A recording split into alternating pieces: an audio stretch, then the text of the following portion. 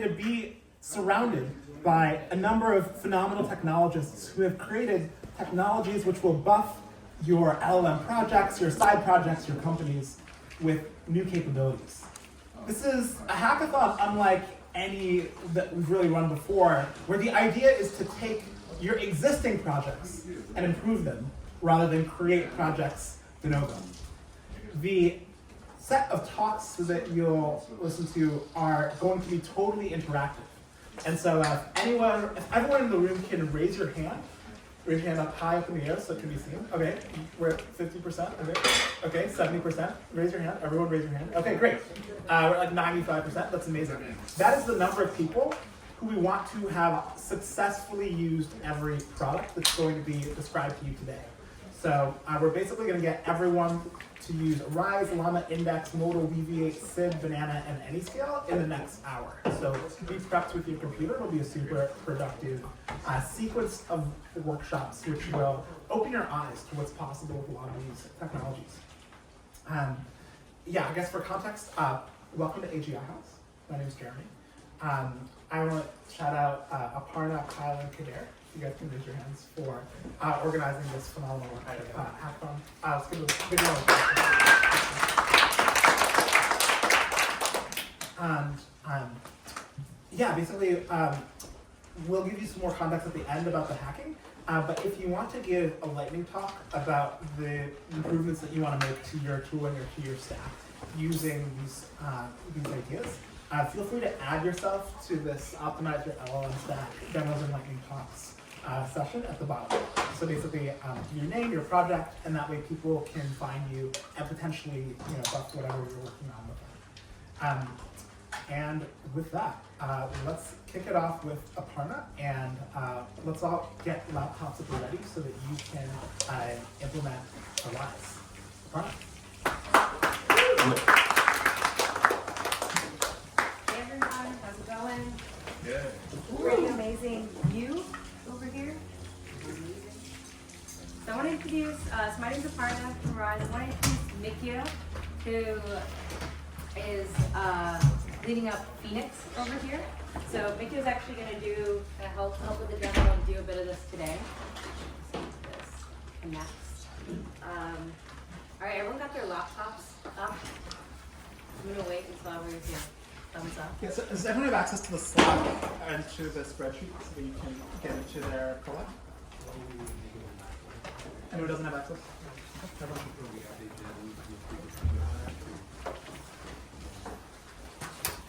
Let's give everyone a second. Let's get your laptops out, your notebooks. You are going to need OpenAI to start about that. Oh, we didn't tell you. Yeah, free OpenAI keys for everyone.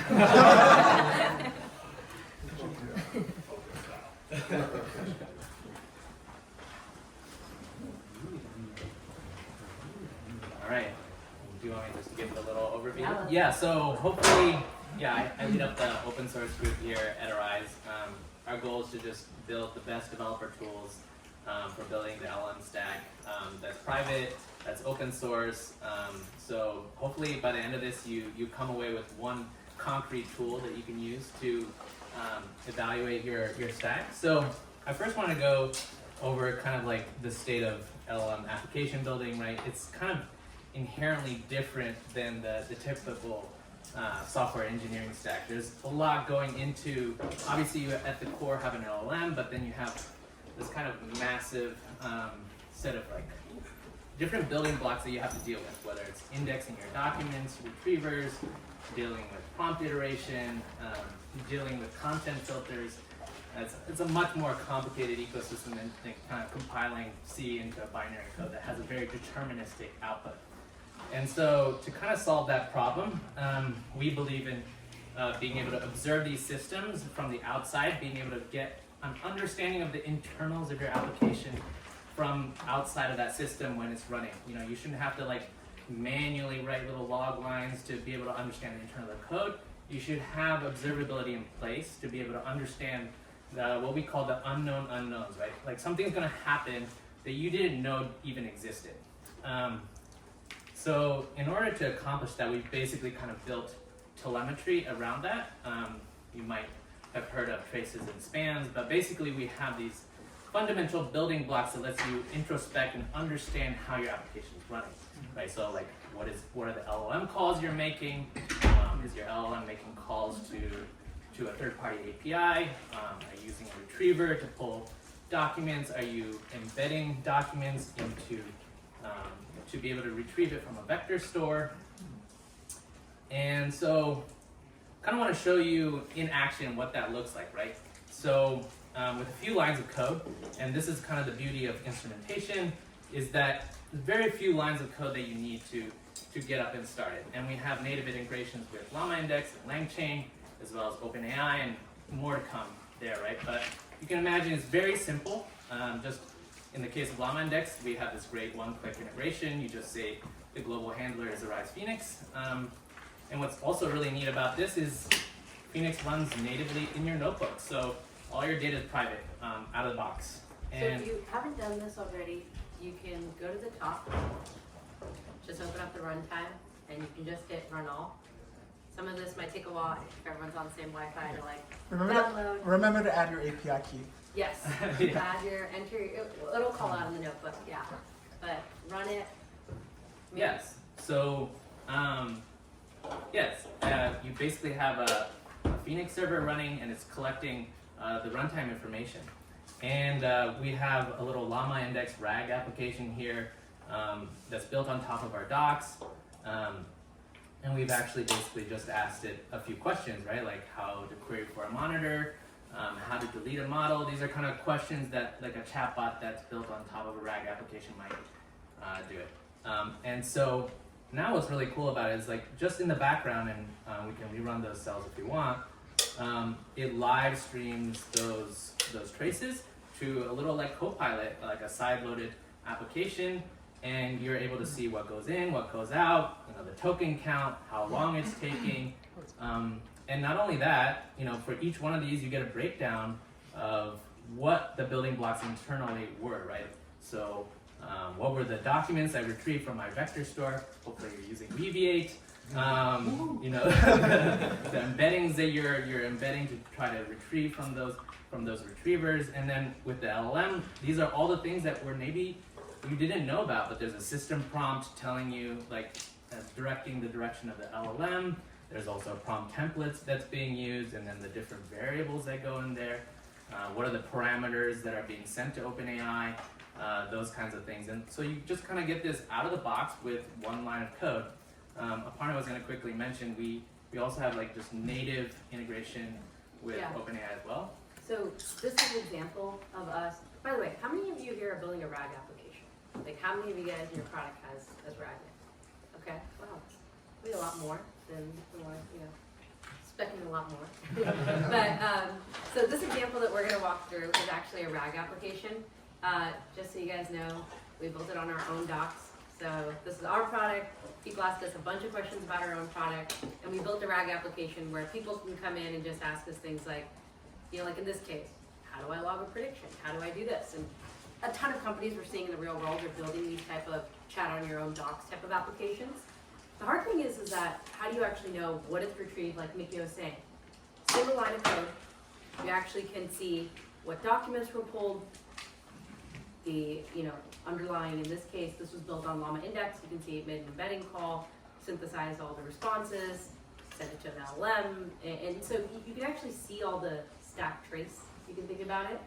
And what I'm going to send after this demo is, we have a ton of examples where no matter what you're using today, if you're using Llama Index, if you're using LangChain, if you're using just directly calling to OpenAI, like in this case over here, there's simple 2 lines of code that basically just, let me just pull up the instrument the client. Yeah, 2 lines of code here, add an answer, instrument it, and you'll just get full visibility into all of the calls that your application is actually making.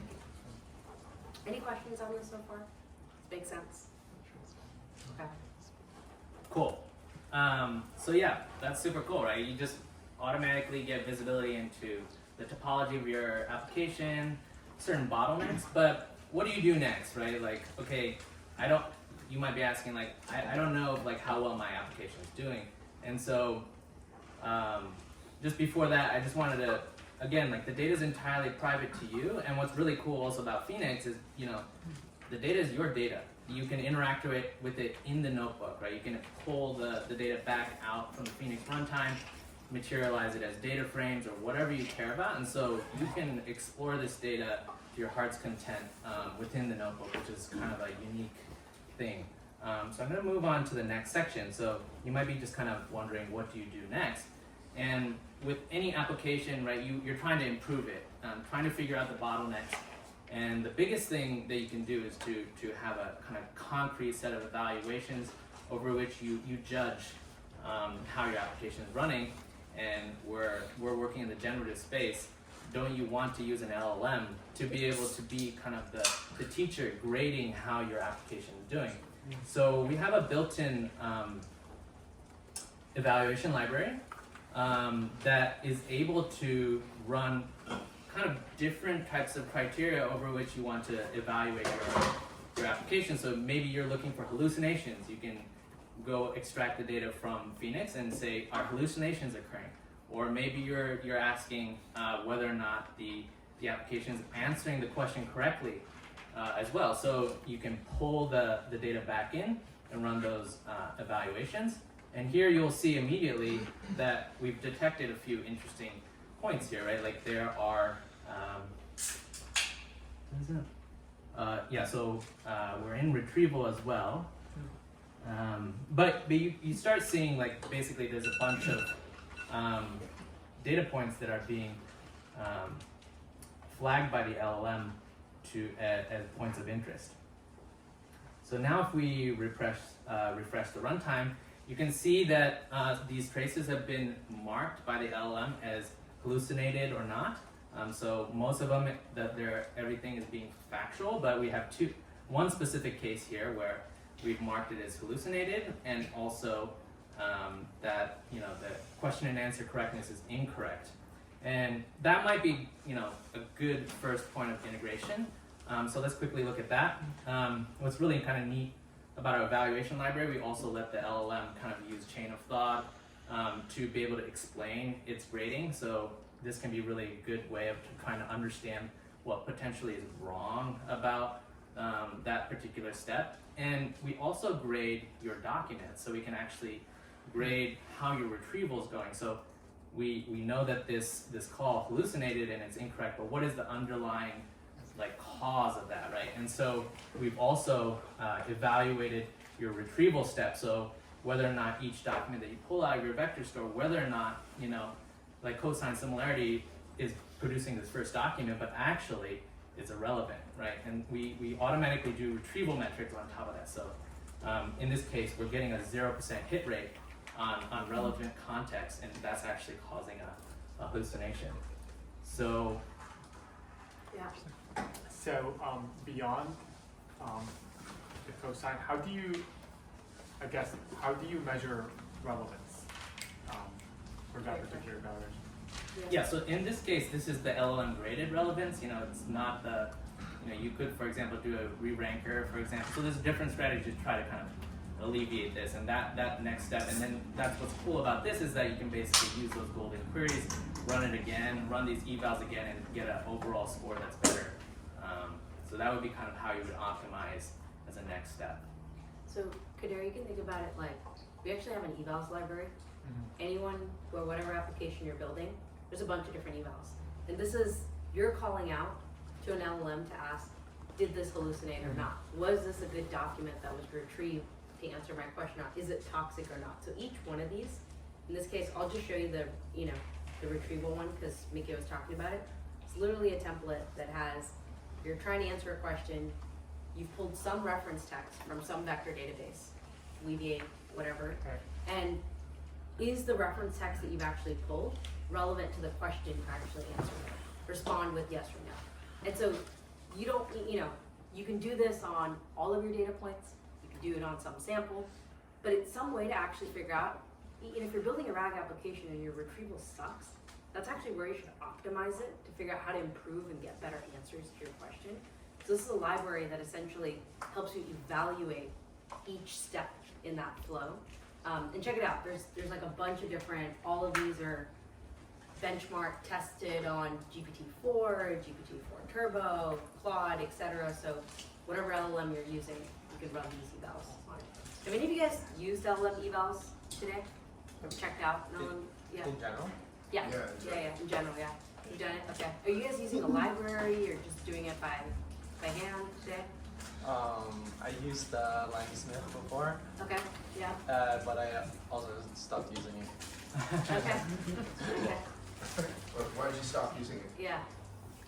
Well, it was quite early on when I tried it, but I think there was the interface I found to be confusing, and I ended up just using data frames instead.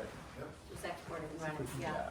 I think one of the things about, you'll see, try out Phoenix today, I'd love your thoughts on it, is like all of this data you can see in a notebook, you can pull it out in a data frame, all of this runs in a notebook, you can run the evals, and you can push it to a UI interface if you want to look at basically how it maps to the spans.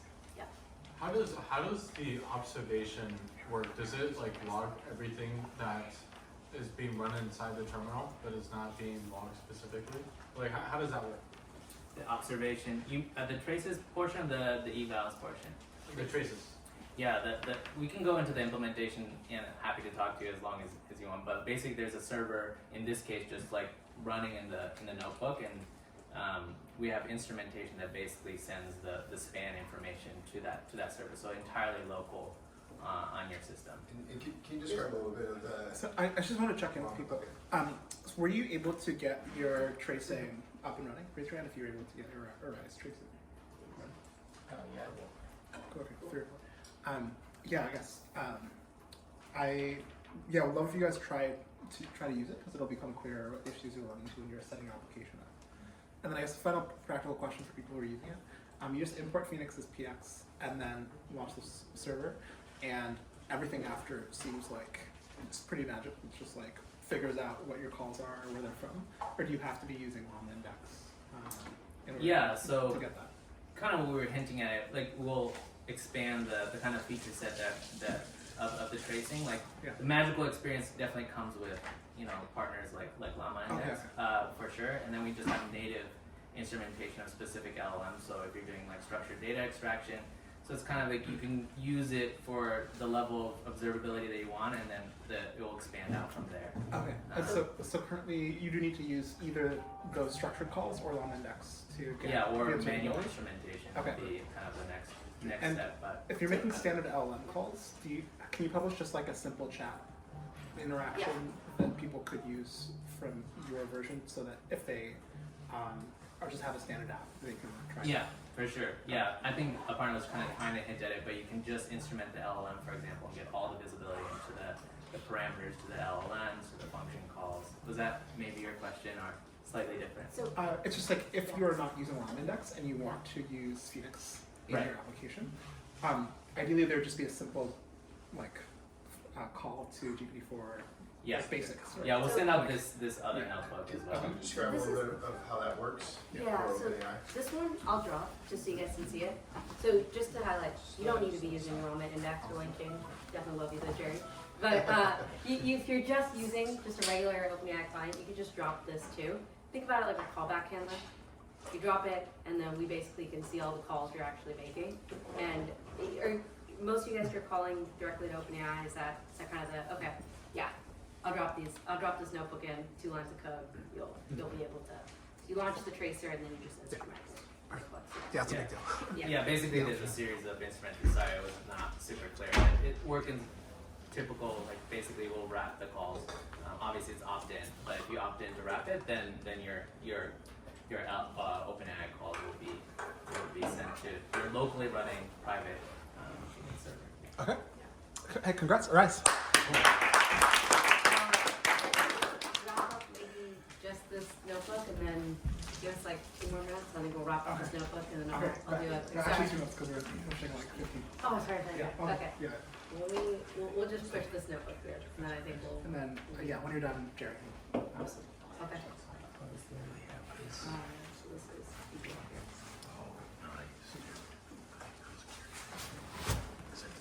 All right. Well, this is to show even more of Phoenix.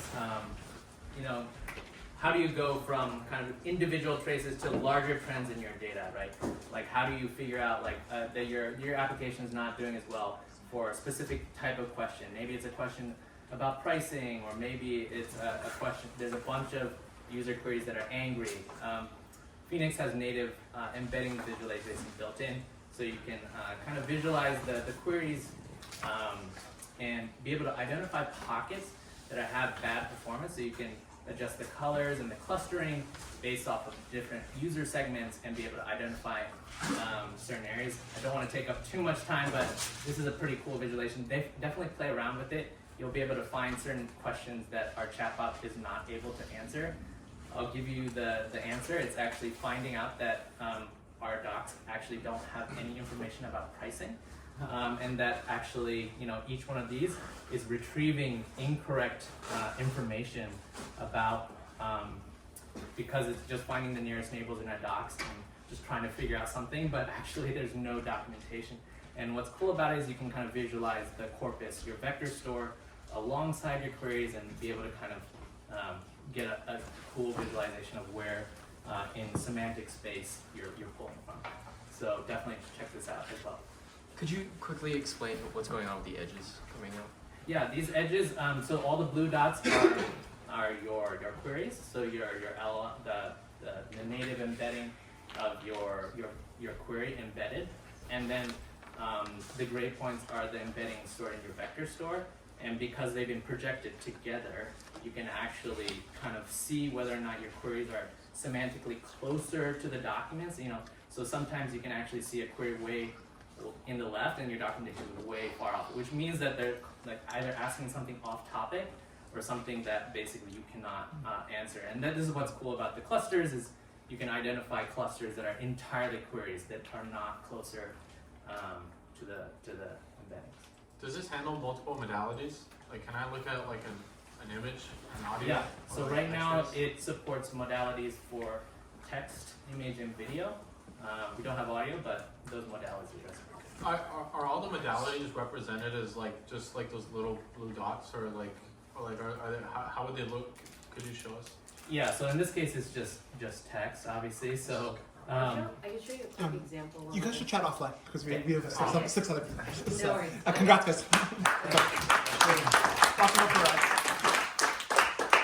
and I'm apparently essential to making this hackathon exist. Yeah, so 100%. thank you for your time. Jerry from Llama Index, and yeah, looking forward to workshopping.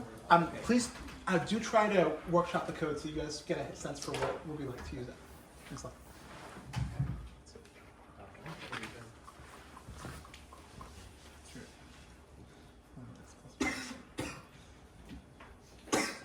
And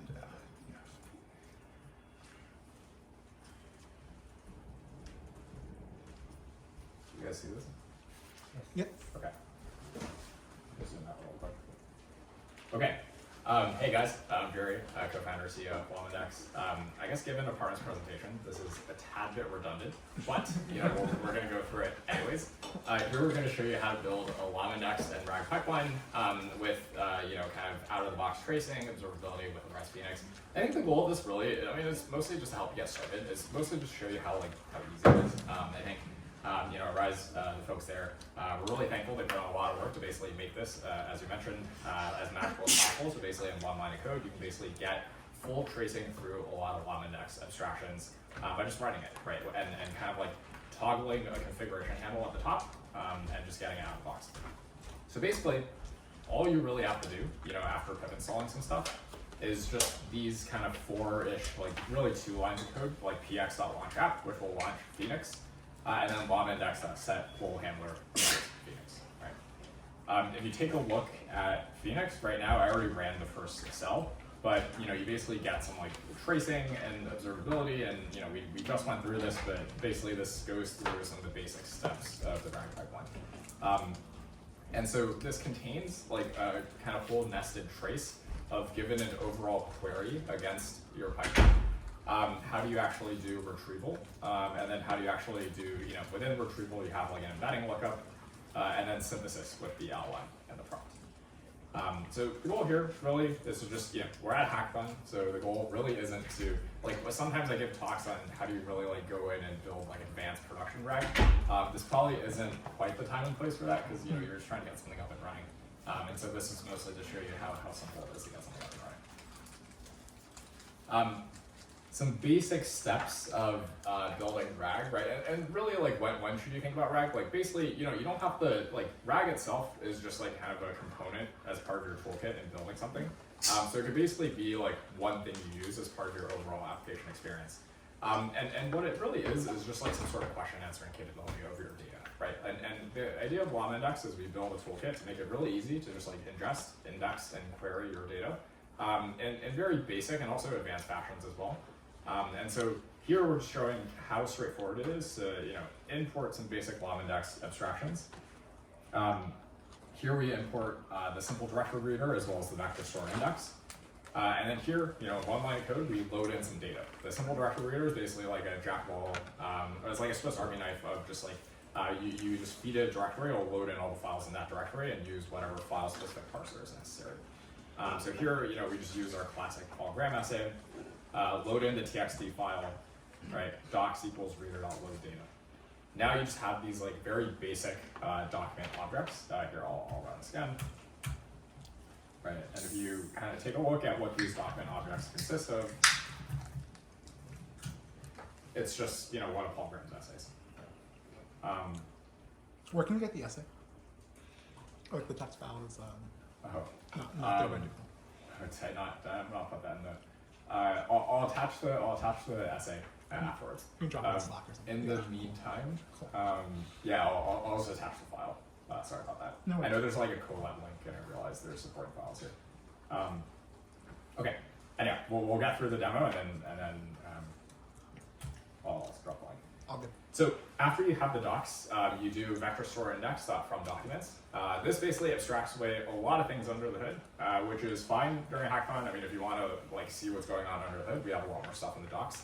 Basically, what this does is it takes in your documents, chunks it, adds an embedding to each chunk, and then puts it into an in-memory vector store index, right? And of course, Weebly is here, and so we have integrations with a lot of our vector stores and kind of through close partners. And so I'll also show some demos just to show some how these like integrations work as well. After you index your data, right? So this is just an object called vector index. You get back a query engine. A query engine is just like the question answering part over your data, right? Over this vector index that you indexed. And all you have to do is query engine.query, and this is just a sample question. What did the author do growing up? And this is just about the Paul Graham essay. And you get back an answer, right? And so, I mean, this just mostly runs through the quick start tutorial, but I already ran this twice, but you see, I think, if you go back here, you can see, this is the first query, this is the second query, and if you click into this, there's the entire kind of nested trace, right? Query, retriever, embedding, synthesis, LLM. Within each one, you can basically see the prompt template as well. And here you can see the system prompt. This is basically the RAG, the classic RAG prompt. You're like an expert QA system. You have some context information.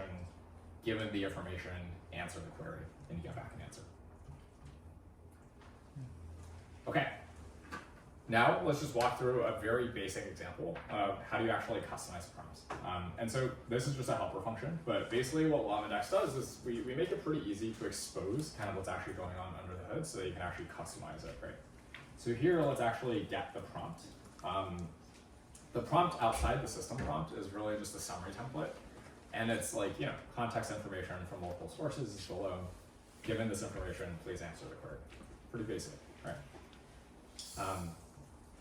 Let's try updating the prompts to just like answer the query in the style of like a Shakespeare play. We run that, and then all you have to do is query engine.update prompts. You just have to take the prompt key, right? Like this is just like a prompt key within your overall system. And we basically surface it to you in some sort of like dictionary, so then you just have to update the key in the dictionary with the new prompt template. And then you run this. And then you run this query, and you get back the response. It's kind of Shakespeare-esque. And then you can go back and basically, kind of see what's actually going on through this observability. Right? I think what's neat about the Phoenix tool is it really does seamlessly integrate. It basically gives you all the things you need under the hood to actually inspect what's going on. And especially if we take a look at the change prompt template here. One sec. Oh, here. Yeah, you can see that we changed the prompt template. Right. Okay, and then last bit is just agents.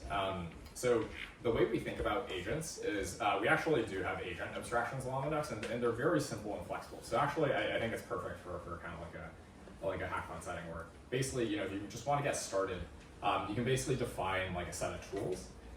You can directly plug in a query engine as a tool to an outer agent. You can also define arbitrary functions through a function tool interface. And the way an agent works is it just operates in some sort of reasoning loop and calls the tool with like an input set of parameters and gets back an output, right? And we have all the basic stuff like conversation history, to just help you get started. So let's try to have like a query engine tool. And then here we just import an OpenAI agent, which uses function calling under the hood. And here, we're asking the agent basically the same question, like what did the author do in YC, but maybe here, let's see if this works. Then tell me what the author did in call. So the thing about an agent is because, okay, this is probably not gonna work, but like basically because it's like a multi-part, because it's like a reasoning loop, it can basically kind of try to take in a more complex user query and figure out how to call the tool, not just once, but actually in multiple steps. I think in this setting, I'm just using 3.5, which kind of sucks for agents. So I would heavily recommend GPT-4 if you're or 4 Turbo. We have guides on how to customize the model on the docs. So that's why you can see the input to the essay tool is just YC, which is not really the original question. Yeah, college. Okay. And it's going to take you longer, right? Because the agent needs a prompt. You're calling the RAG pipeline, which needs a prompt. If you do multi-turn stuff, then this entire thing might take a while. Okay, I mean, it's like one of those things where it kind of followed the wrong steps, but got like an okay answer, right? The base model probably. Yeah. Yeah. Go. Yeah. I mean, yeah. And so the last thing I'll highlight is we have a lot of Llama packs within Llama Hub. And this is actually maybe a great way to start. And so just zooming out really quick, this is just like a bunch of, we have like 30 plus templates at this point of just like a lot of different things that you can basically just get out of the box and download, right? And so if I search for Arise, this is contributed by Xander, so thank you Xander, and Mikio. All you have to do is download Llama Pack, and you basically just get back this out-of-the-box module in a folder that you can inspect, customize, do whatever you want to it, or just run out of the box. And so in this setting, we just download this pack, and if you run it, and you follow this, you basically just get kind of all the, what I just showed you, basically, right? You can just like print the queries. And last shout out, because Wegate's here, Ray's here, Mobile's here. We have 2 Llama packs from Wegate that Erica helped to contribute. So these are kind of advanced RAG pipelines. We have a full LlamaDex and AnyScale workshop if you're interested, either now or kind of like offline as well. And then if you're interested, we also have a repo on fine-tuning models with LlamaDex and Bolt. So thank you.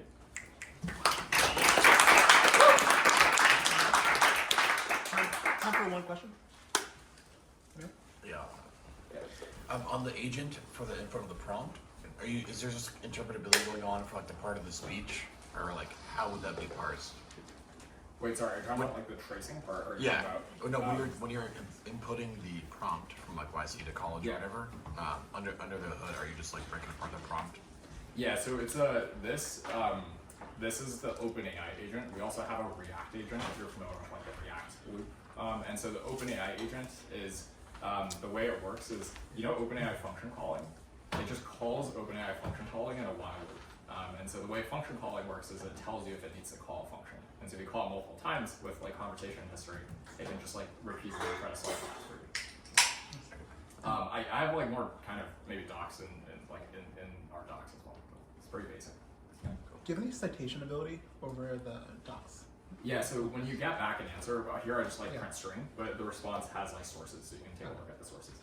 Okay, awesome. Cool. Thanks, Rick. Okay, next we have a remote talk from Eric of Modal. All right, Could I- let me connect them. What did happen? Yeah.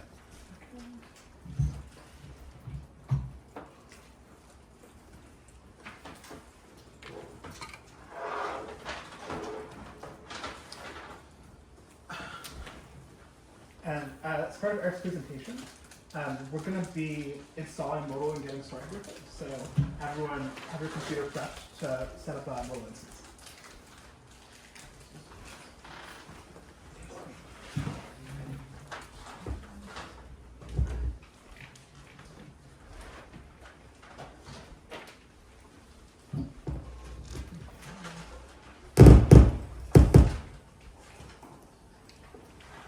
I can't hear you. We can hear you. We can hear you. Just a second.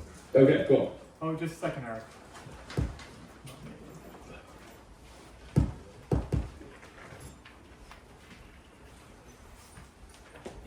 Can you see my screen?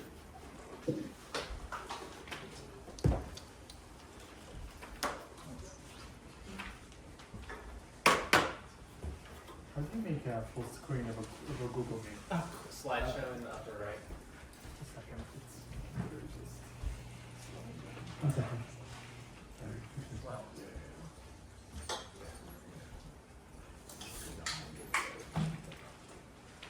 Can you kill me that vision?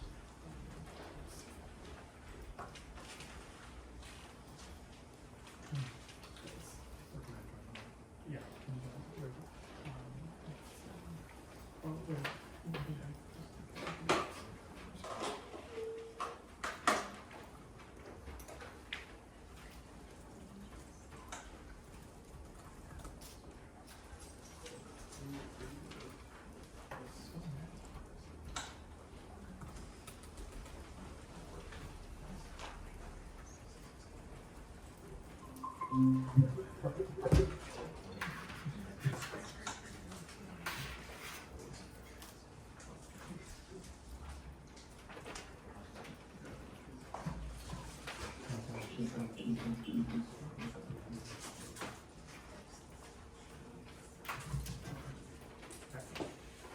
Thank you for your patience, guys.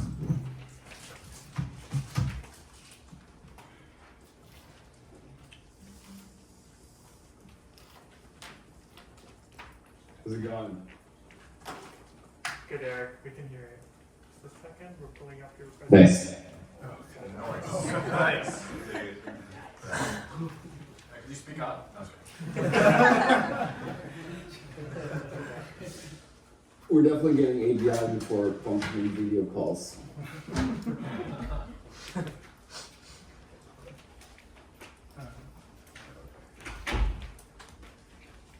Bring it full screen on your phone.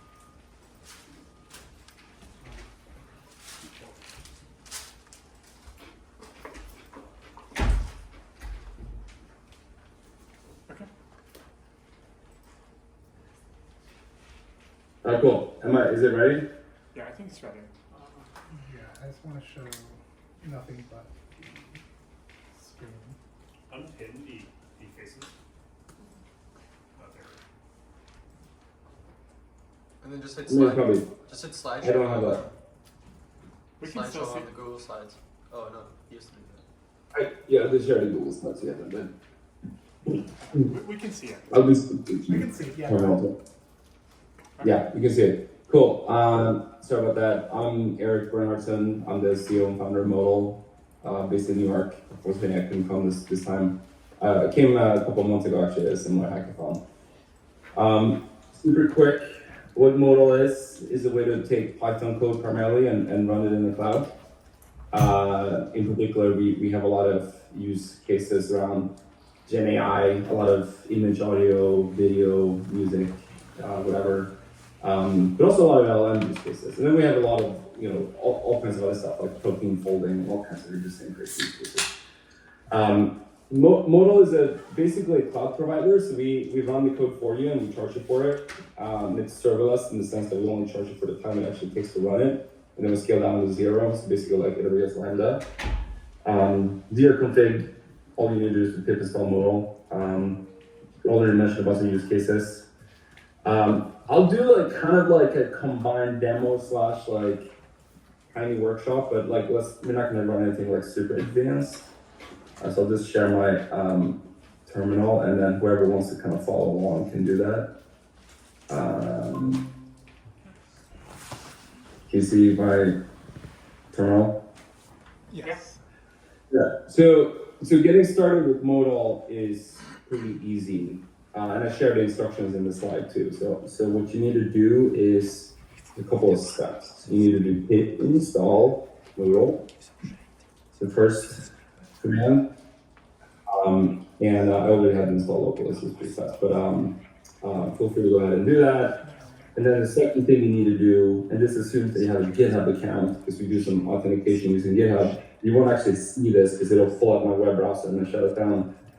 Is modal setup. So if I run modal setup, it's going to start a GitHub authentication session.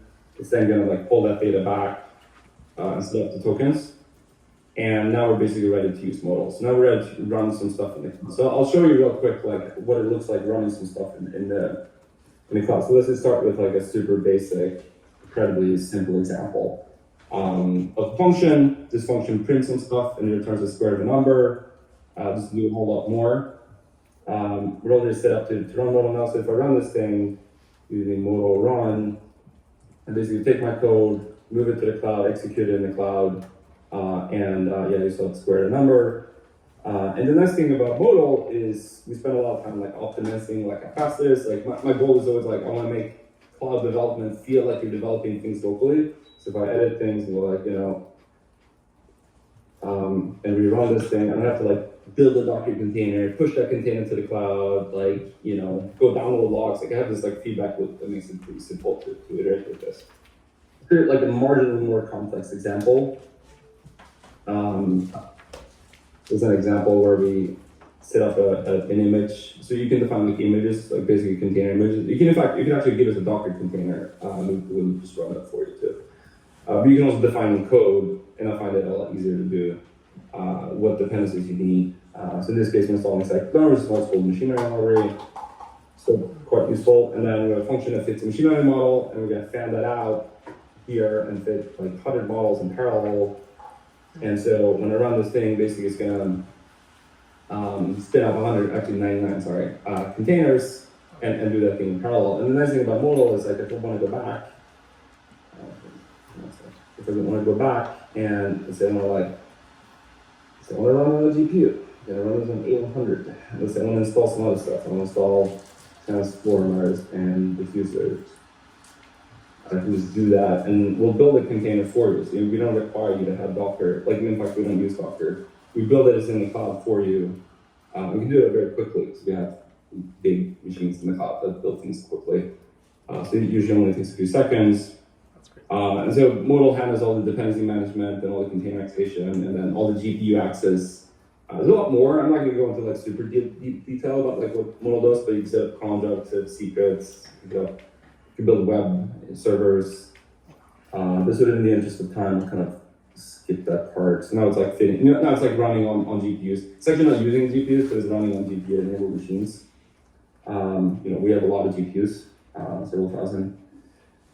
So real quick, kind of go back to my presentation.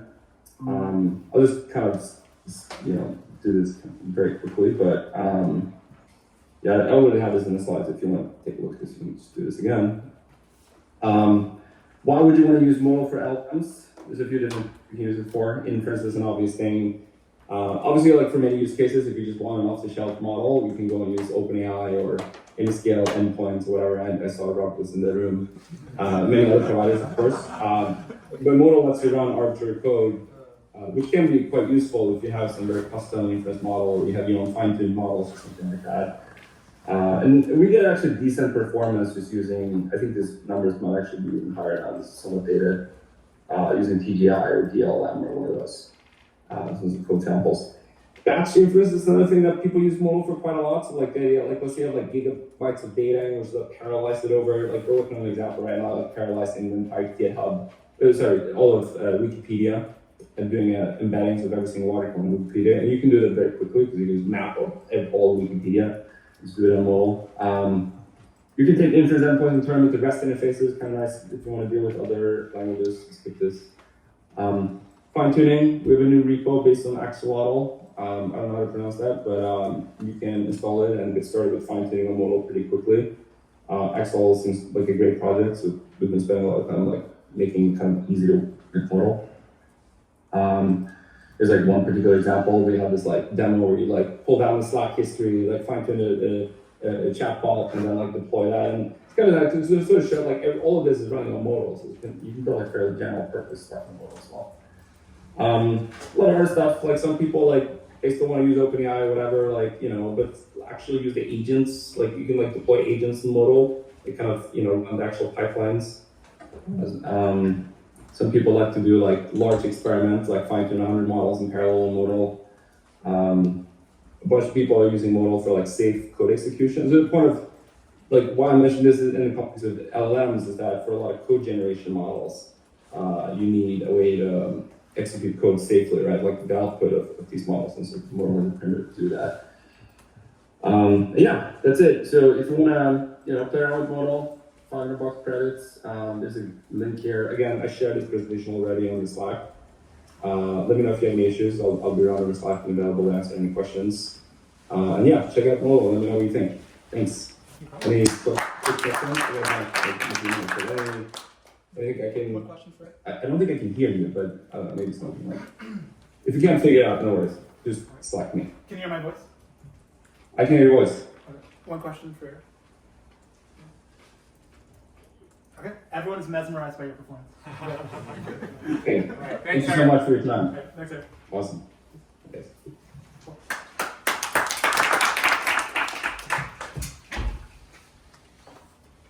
Okay.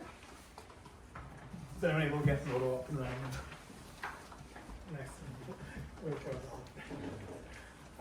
Okay.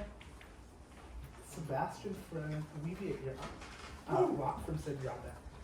Cool. Let's do this. I'm going to develop some sort of PTSD with this. Join the vector, we need vectors up here. Keep forgetting it's on my back. Hey. So this is Sebastian from Weaviate. I remember discovering Weaviate 2 years ago, back before vector embeddings were cool, and just being stunned with, they were so completely awesome to see. Yeah, you guys are alive and well, and hopefully improving the stacks of everyone that's hackathon. Perfect. Yeah. I'm glad that you started with like alive and well, because whenever somebody asks me how are you, without a fail, the answer is always I'm still alive. And I'm not sure if I said that to you, but I think we're already connected on another level. Okay, cool. So we could do like a million different things, but I'm going to focus mostly maybe on search and maybe RAG, just to show you the idea. But in general, what I want to go through, there's like a bunch of projects, but the main one is this one, which is at github.com/weedit tutorial/multimodal workshop. It's a 2-part workshop, but I'm mostly just gonna run review through the first part of it. So let's get on with it. So in that project, that repo, there are 2 folders. One is an intro, one is the second one is multimodal. I want to focus mostly on the intro, but I will run very quickly through the multimodal later.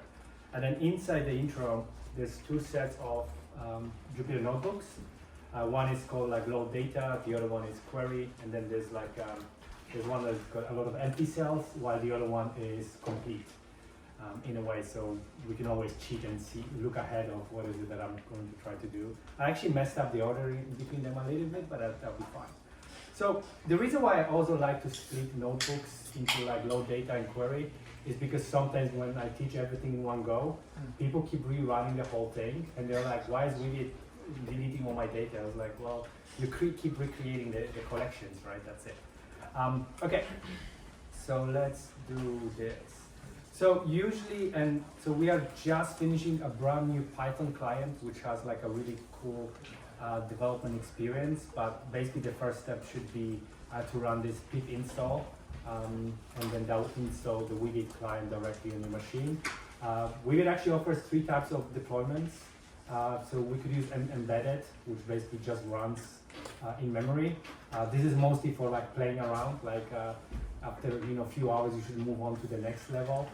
So the other one, we can run Weebit in the cloud. That's where we make money. And then we also have the open source version of Weebit, which is exactly the same functionality, and that one is container based, so you can run with Docker, or actually you should run with Kubernetes. Right? Okay. So for this part of the demo, I'll be just using embedded because it's literally the same code. Yes? Josh, is there a collab link to run this? Oh, Yeah, so I cloned the repo, and then in that Yeah. repo there are a bunch of notebooks. There's notebooks in intro and the intro folder, and notebooks in the multimodal folder. oh. Yeah, so But there's there might be an this easier one. way. Yeah, on the list. Yeah. Are you on the Slack channel? Oh, yeah, let me drop it on the Slack channel, yes. Because I thought everyone was working off the... So this channel, right?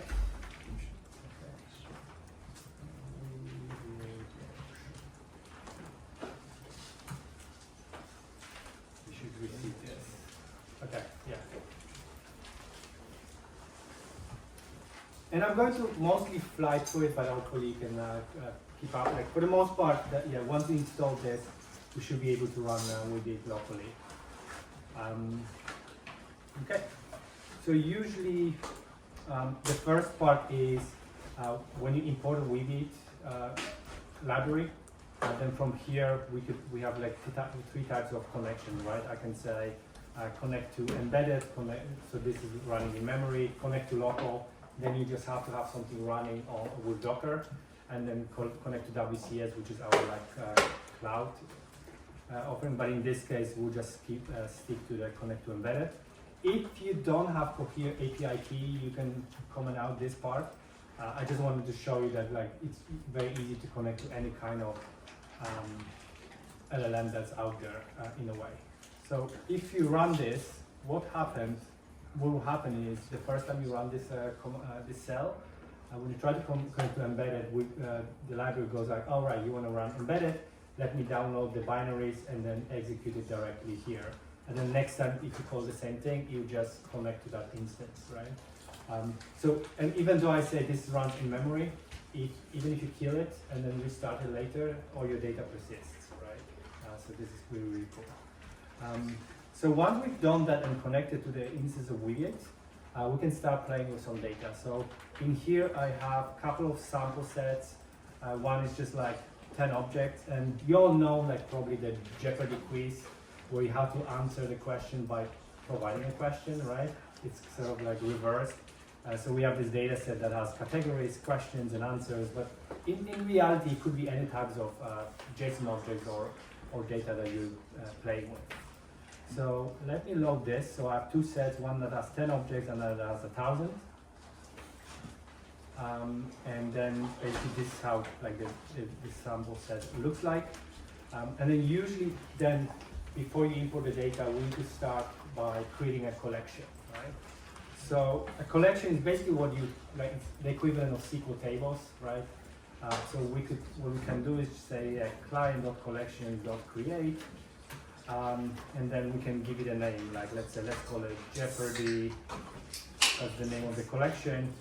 And if I create a collection like this with nothing else, then this will be a collection that you could use if you already have your own vectors, right? If you create vector embedding separately, or you're migrating from another database, you could just use Weebit as a pure vector engine. But in this case, another really cool thing that Weebit has is we have a bunch of vectorizers. And what those vectorizers really are, and I need to add an import that will help us.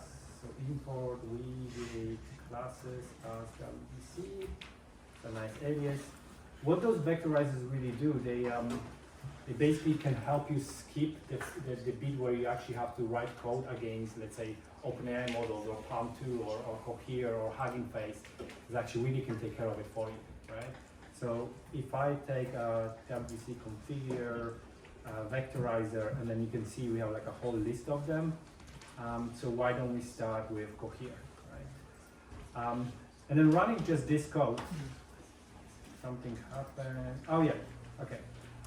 Because in my case, I already run it before. Let me just delete all my data so that we are delete all.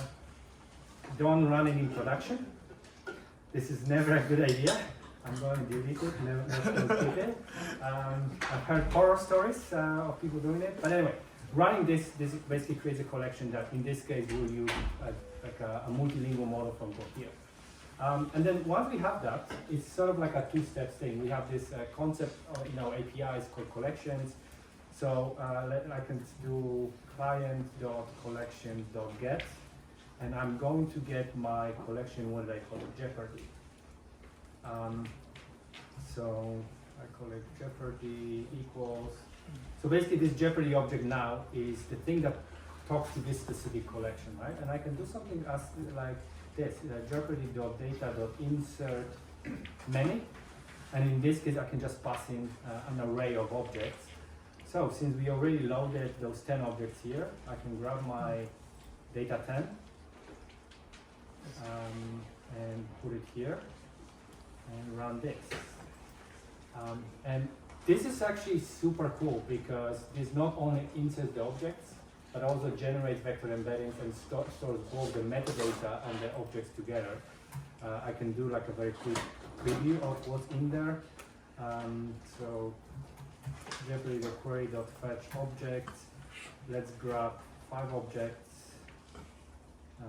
And then you can see we get already a bunch of objects in the database.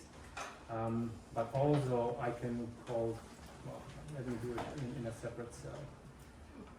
If we add a property, like a parameter called include, or include vector true. Okay, let me say the data, and then I can maybe print, what is it? Data first object, comma. Is it vector? No. Let's see what we get there. Data. Oh yeah, data objects 0 dot vector, right? So you can see here that we can actually very easily access those vector embeddings. They're there. And then once we have this, like writing a query is super straightforward because in this case, again, we can grab our Jeopardy collection. Let's call it, question is fine. And simple like a text query is something as simple as like, hey, from my collection, dot near text. I'll just keep the same name maybe. Like this. And then if I run it, basically this says like, okay, I'm looking for African animals with limit 2, and these are like the 2 responses that we match using vector search. And the other cool thing is that the Cohere model that I'm using, and why I like it a lot as well, is that it's multilingual. So in this case, this is African animals in Polish. I'm Polish, I can speak Polish, funny enough. And then I can run similar query because it's still finite, right? So, and then I could write my queries in Japanese or in pretty much any language that they train. They train on over 100 languages, which is super, super cool. The thing is, and this is what I want to show you, and then we'll move to another side, is that it's very easy to switch between models. And that's sort of like the code that requires for you to operate on your data, run all sort of queries, is independent of the models that you're using underneath.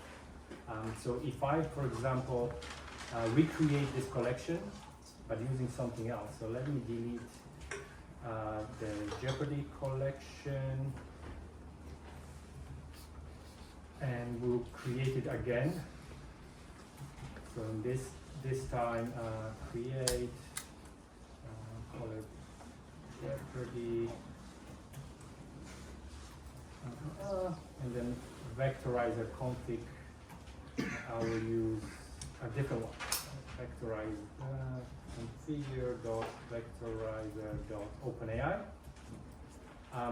And then and you can even specify what model you want to use, right? So I can say, hey, I want to use ADA. What is it?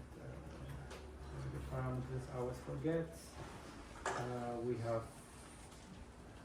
model and model version. There we go. And then that'll be 0, 2, right? And the other thing that we can also do is add a generative model.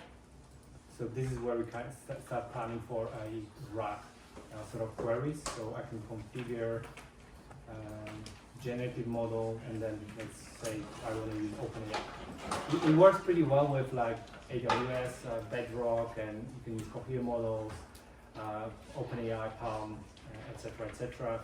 And OpenAI, and you can even specify whether you want to use GPT 3.5 or 4 or like whatever, any version that is available.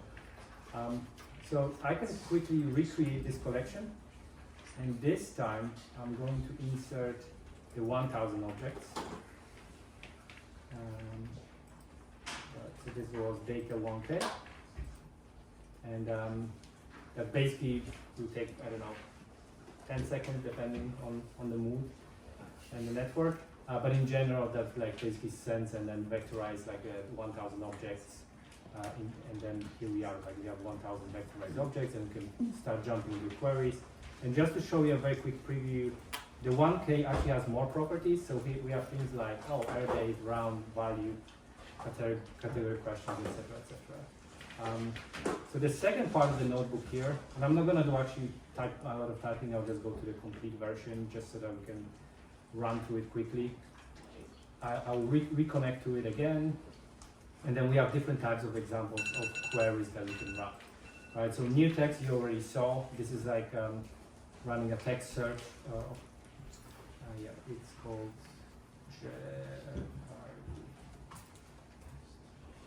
okay, so, and the cool thing as well is that I didn't mention earlier, when you run this new text query, we will vectorize the query as well and perform the vector search for you.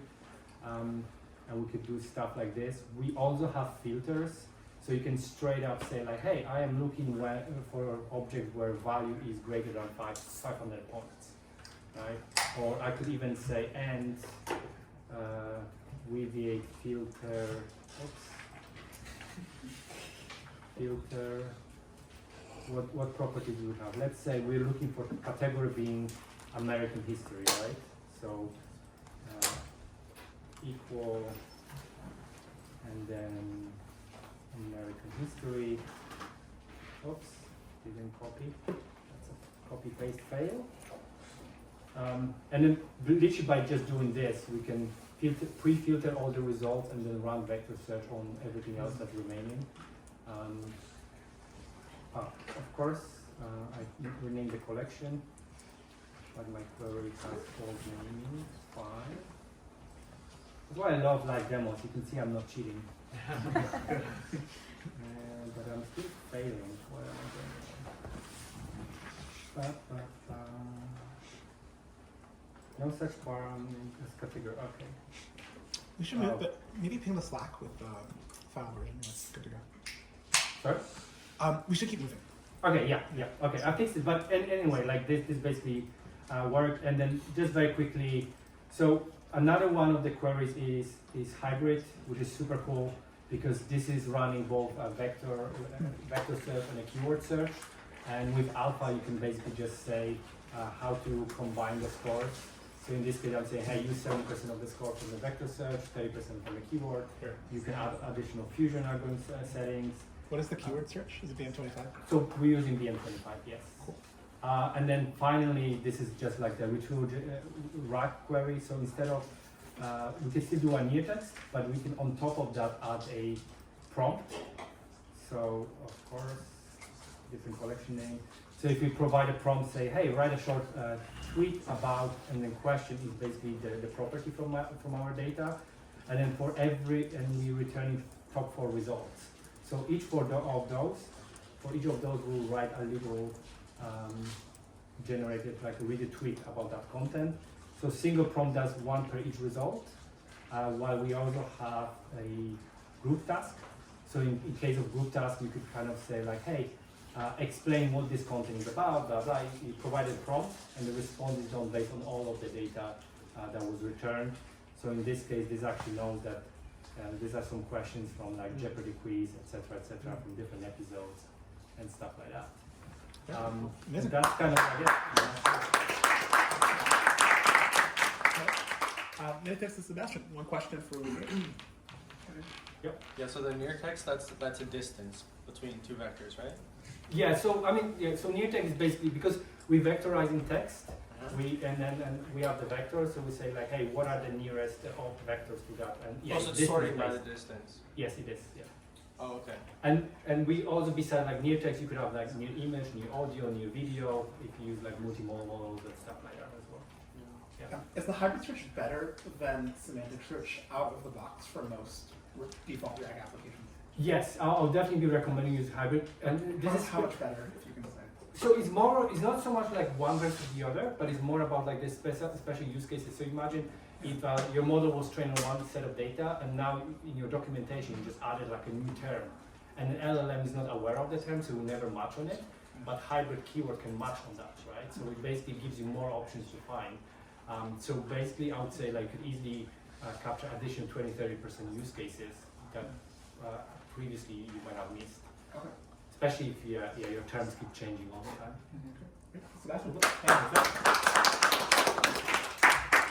Okay, a lot from Sid. You're up. Eric from Banana. You're on deck.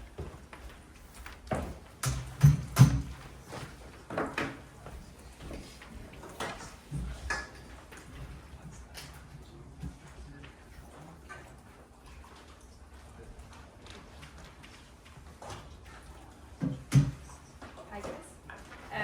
Can you guys all hear me? Yeah. Perfect. Okay, so I thought we're here all to talk about the LLM stack.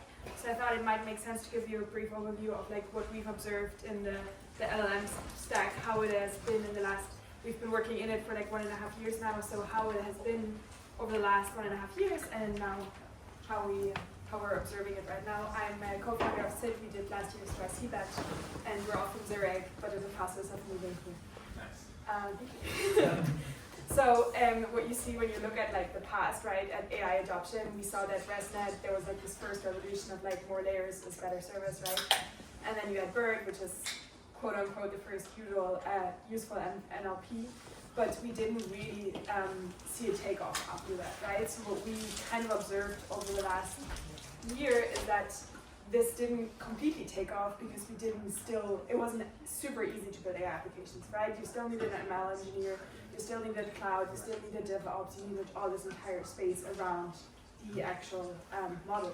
So what we saw is that then when OpenAI came out with a very simple API to AI, it suddenly became incredibly simple to build an AI application with just one API call, right? So like every one of you guys can now build a super impressive AI application just because you have this one API call. And it's just not just limited to OpenAI anymore, but yeah, basically we have this huge adoption. We have this huge adoption due to this kind of AI amplification. How about usefulness though? We kind of saw something like this, right? So we have a lot of these like great ideas and these great AI tools, but none of them are, or like most of them are like not incredibly useful at some point, because we believe they are a bit like first aid interns, right? They're super eager and they want to help, but they don't really know a lot about you or like what you work on, or just like there's a lack of personalization and understanding of your context. So yeah, this is just one example. If I, for example, ask them about SID, they just make up something because they don't know what my company does, they don't know who I am, all of that stuff. So we believe that the solution to all of this is basically data. If I can get my data into this, and RAG has become increasingly, more and more people have become aware of RAG, but basically, if you say that all of my data that I have on me as a person is an approximation of who I am and can be used for personalization, this can make AI incredibly more useful. But we kind of have been there before, right? In 2006, we had the first quote of like, data is oil. But now a lot has happened, right? We still don't really use our personal data.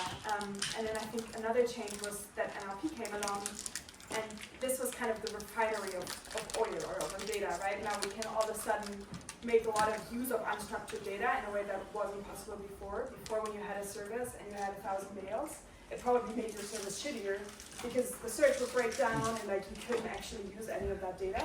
But now all of a sudden we have this technology which really can use unstructured data in such a useful way. So the problem is we still wonder why didn't it take off, and I don't just say this because I didn't want to make a new slide. But we think that basically the problem still with data is that you still need a lot of data scientists, and you need cloud engineers, and you need DevOps.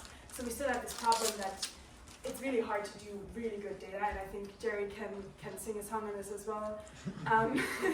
Getting data right is super complicated. You think it's just an embedded and a vector DB and an API endpoint, but there's so much underneath, especially as you go into production and you have huge amounts of data and you have data sources, and there's so much complexity to it that it's just really, really, really hard to get right. So we think that for data adoption to go like this, we basically need something similar to an API endpoint for data that OpenAI has provided. So that you can't just build an AI application, but you can actually build a personalized AI application like in a day, basically. So yeah, this is what we then kind of saw over the last years, is that usually you have this application interface, right? Then you have the user input, which is given to the application logic, and then you have some kind of hard-coded prompt, as well as the user input, which you then usually give to the LLM model. And then on top of that, we see these two different retrieval augmented generations, first on private data, but then also on public data, increasingly like multi-honest doing, for example, or Perplexity, where you have these queries for like public data sources, right, and then you have these queries for private data sources. But we also see this shifting. For example, with Reworks Agent GPT, we see that, so the left side, there's still a lot of manual prompting, right? I give my user input, that user input is passed to some kind of like Weaviate, and you do search on that user input, but it's very much still the user prompting it. And something that we're like observing in the future will be that probably most of the queries on user data will be done by an actual agent and not by a user anymore. So this is, for example, we're powering Reworks Agent GPT, and the agent itself is always deciding, is this something that I need private data on, and then they call the SID API, or is this something that I need public data on, just to like further improve their services. So this is basically what we're doing. I think we need to change our pitch, because everyone says just one line of data and you can make it happen. But yeah, basically our process too, you just put one button to your API, to your application, and then you can link various data sources. We do all the offload, we take all care of all the syncing and all that stuff, and then you can just call our retrieval generation with a simple API. For the context of today, I'm going to try to make it even simpler, because then you don't need to handle the offload. So basically what we can do is we just go to demo.sid.ai, or you just go to sid.ai and then you click demo here. And then basically what you next do is you press on continue, and then you need to, for this, create or log into a SID account. I've already been logged in, so when I click on here, it already shows me the privacy dashboard. Here I can then link whichever data sources I want to give SID access to. So I can, for example, add my G Drive or my Notion or my Gmail, and then you basically press return to demo. And then what you get here is you get an access token. So that access token you will then copy, and then you can go to docs.sid.ai, basically API reference query, and then here I can just paste the token, which is valid for 24 hours, just so it will be enough for you guys for today to try it out. And then I can simply ask a query here, for example, what does SID do or something, and then it will send it down here, and then you can, oh, this is an example request, so this is how the code query would look like, and then, I don't know why I can't see it right now. I'm weirdly, here. So, when I press send, here you can see the return, the results, right? And another thing that you can also do is you can, when you go back to the demo, which might be easier for you guys, now that I'm logged in, and I ask a simple question, I can also just do one of these example questions, for example, and you scroll to the very top, you can also simply click on this curl request, and then go to terminal, and just paste that in, and then that also works on your terminal. So that is just for you guys for today. If you want to try out how SID works, how it changes your application, just go ahead, copy that access token, and then in the docs you can find a bunch on how to use it. But it's basically just a simple post request with that code. It also says all of this on its presentation. But yeah, more on my desk. And if you want to build an actual application where you want more than just an access token, come to me. We'd love to talk to you guys about. If you have technical questions, my co-founder is still Zurich, they're gonna go to bed in like the next hour, and they're my battery 3/4. So if you have any questions, Slack them now or ask me, and I can forward it to them. Perfect. And I thought we were supposed to present the prize for the best. I thought we were supposed to present the prize for the best SID users. Yeah. So what we thought about is we got 5,000 of SID credits if you want to use in your app. And then I wanted to give you guys a choice. I wanted to do something that might be beneficial for you. So I either give you like extensive feedback of your YC application if you want to apply to YC, and like we can also do multiple interviews with my teammates and just like really look at how we can get you in. Or we can help you collect more data and get you a Whoop or an Aura ring, whichever one you prefer. Basically up to you guys, talk to me. Awesome. One or two questions. Okay, questions? No. So just for clarity, can I upload arbitrary data, or does it have to be in my Drive, email, or Notion? For now in the Drive, but we're working on different things. And that's also if you have an idea of like what you would like us to link next.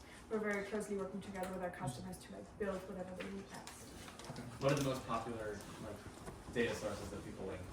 G Drive is also hard because it like the Google process of getting them to accept you takes forever. So our Gmail is also still in beta, only 100 people can do it.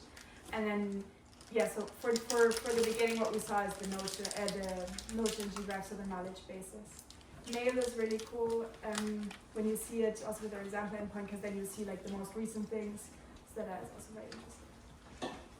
Yeah. So what if people want to change or select or cancel the data connection? You go back to, okay, so if on the top it says, when you return to the demo, you can go to the very top and then you can say manage my SID, and then you can click on it and it disconnects and everything gets deleted. We also don't take any of your data, it's safely secure on our service. We don't sell that, yes? Is there a Python API or like a?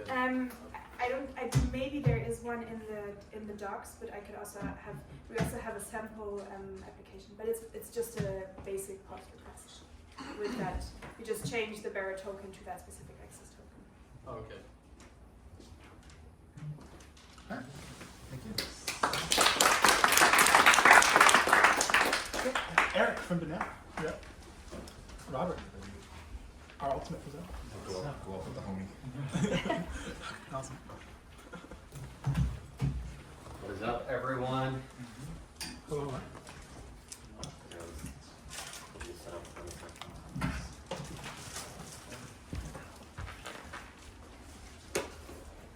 Beautiful. There we go. Nice. All right. Well, Kyle lives here, so y'all may already know about Banana. Actually, show of hands who already has heard about Banana. Yeah. Yes. So Banana, we're serverless GPUs for inference hosting. Recently, we put a lot more focus into large-scale hosting, the sort of things that you're going to be running one or more GPUs always on, and really just working on the developer experience part of that, the throughput, more of the DevOps CI/CD side. My colors are rendering weird. Interesting. We had a facelift since the last time you checked this out, most likely, so I recommend you check it out. We recently also announced pass-through pricing on the GPUs, so we are now focusing a lot more on, you have GPUs running constant traffic. We auto-scale them for you, but you're only paying for the underlying hardware, as well as a small little price on top. What the dashboard looks like, or the interface, looks like this is the project I have deployed. Projects are based off of either GitHub repos.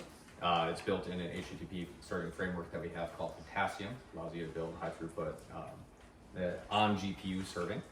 And I have a Mistral model that actually y'all are free to call. This little collab is linked in the document as well as in the Slack. So I can send calls into my service here and start getting responses streamed back immediately. This is a super naive quantized version of the Mistral model. If you're looking for an API, I definitely recommend going to like an OpenAI or scale endpoints. But this is totally custom hosting, just like Eric had presented in Modal, with a focus on higher scale. So, yeah, debug, look at your logs. A couple extra things here is like, while we're here today, we work with like thousands of teams, many of like early scale from seed to like beyond. And so if you want like free infra office hours, come hit us up. There will be a table covered in bananas. You can't miss it. You're also free to eat some of them.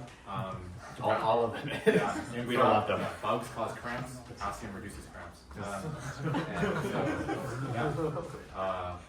And if you woke up today being like, I really need a llama endpoint and I just can't get one, like, or if there's some custom model that dropped 3 hours ago, hit us up. Maybe we can get a custom we'll try to help you get set up. Yeah. Cool. And feel free to call it because the numbers tick up. Yeah. Sweet. Any questions? Is this the new one that just dropped? Yes. Yeah. Facelift. Oh, so should you start on the Mistral? And the model is fairly Mixtral. It's fairly recent. No, this is not the huge one. This is the. I was about to say, yeah, with like 46 gigabytes or something. Yeah. Like, There's a model coming out every day. Mixture of experts. Yeah, it's hard to keep up. This one's a quantized version of Mistral 7B from the bloke. Okay. But if we want to host Mixture of Experts models on Bananas, that. If it fits on the GPUs. You don't do sharding of across models yet, but yeah.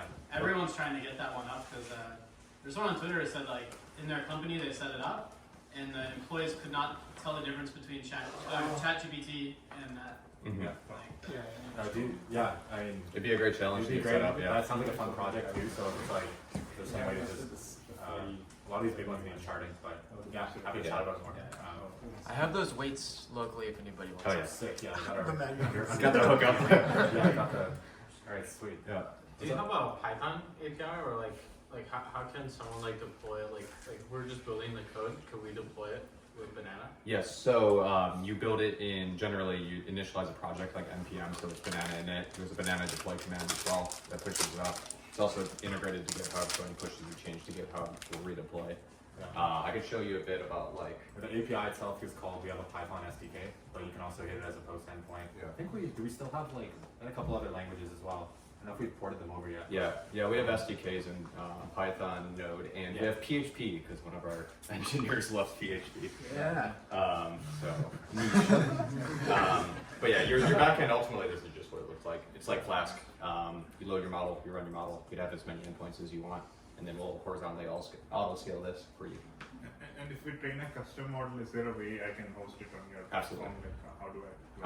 Generally, we recommend bundling the weights into the Docker file, or if you know, it's a bit slower, but you can download them on boot as well. But yeah, if you're running something off the shelf, you generally get way better bang for your buck just using an API.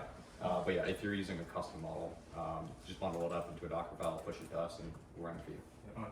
Also, a high level thing that we've been exploring is like if you know people that are like, I need to deploy a custom model, exploring like a bit of like a revenue share type thing. So for intros and like and also for yourself, like if there's an application you really want to get running, just hit us up. We're like physically here and can also get a number. We'll help you set up.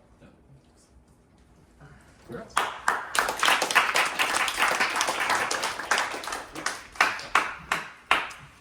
Robert. all right. And yeah, DivGuard with Multion will seek agents into your stack. So we have one more presenter after Robert. Do I use like AirPlay or?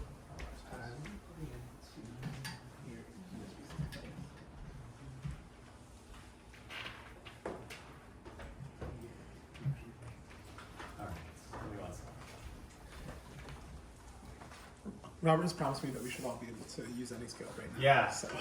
Well, so I really wanted people to be able to try this out, so I actually just pasted an API key in here. Awesome. No abuse. Thanks. Unless you invite abuse. No, I mean, I think there are rate limits in place, so okay. It shouldn't cause me to lose infinite money. So I want to demo. Okay, well, you don't have, but don't actually test that. So I want to demo a few things. So the first is just going to be so very simple inference stuff. And if I minimize this, does it also minimize it on your end? Yeah. Yes. Oh, okay. So then fine tuning, and then embeddings. And embeddings are something we launched recently. These are all open models, things like Mistral, Llama models, and so on. And one of the things you'll notice here, so this is an OpenAI compatible API. So I'm hopeful that you'll be able to copy and paste this code here and run it in a Python interpreter, and that it'll just work. Oops. So you can tell me if that's true or not.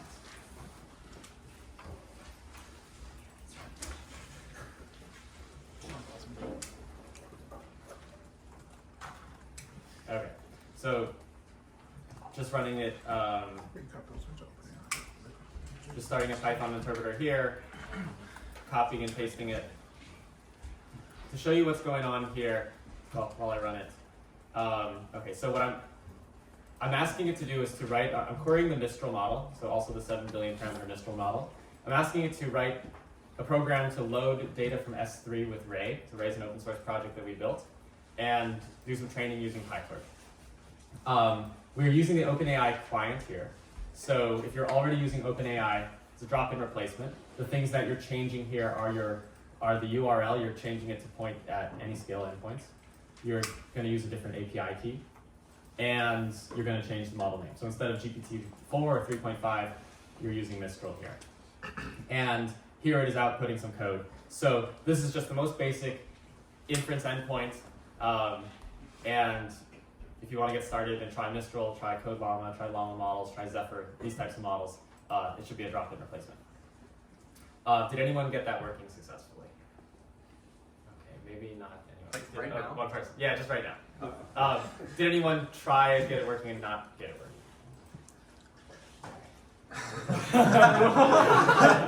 All right, fast. but anyway, you get this.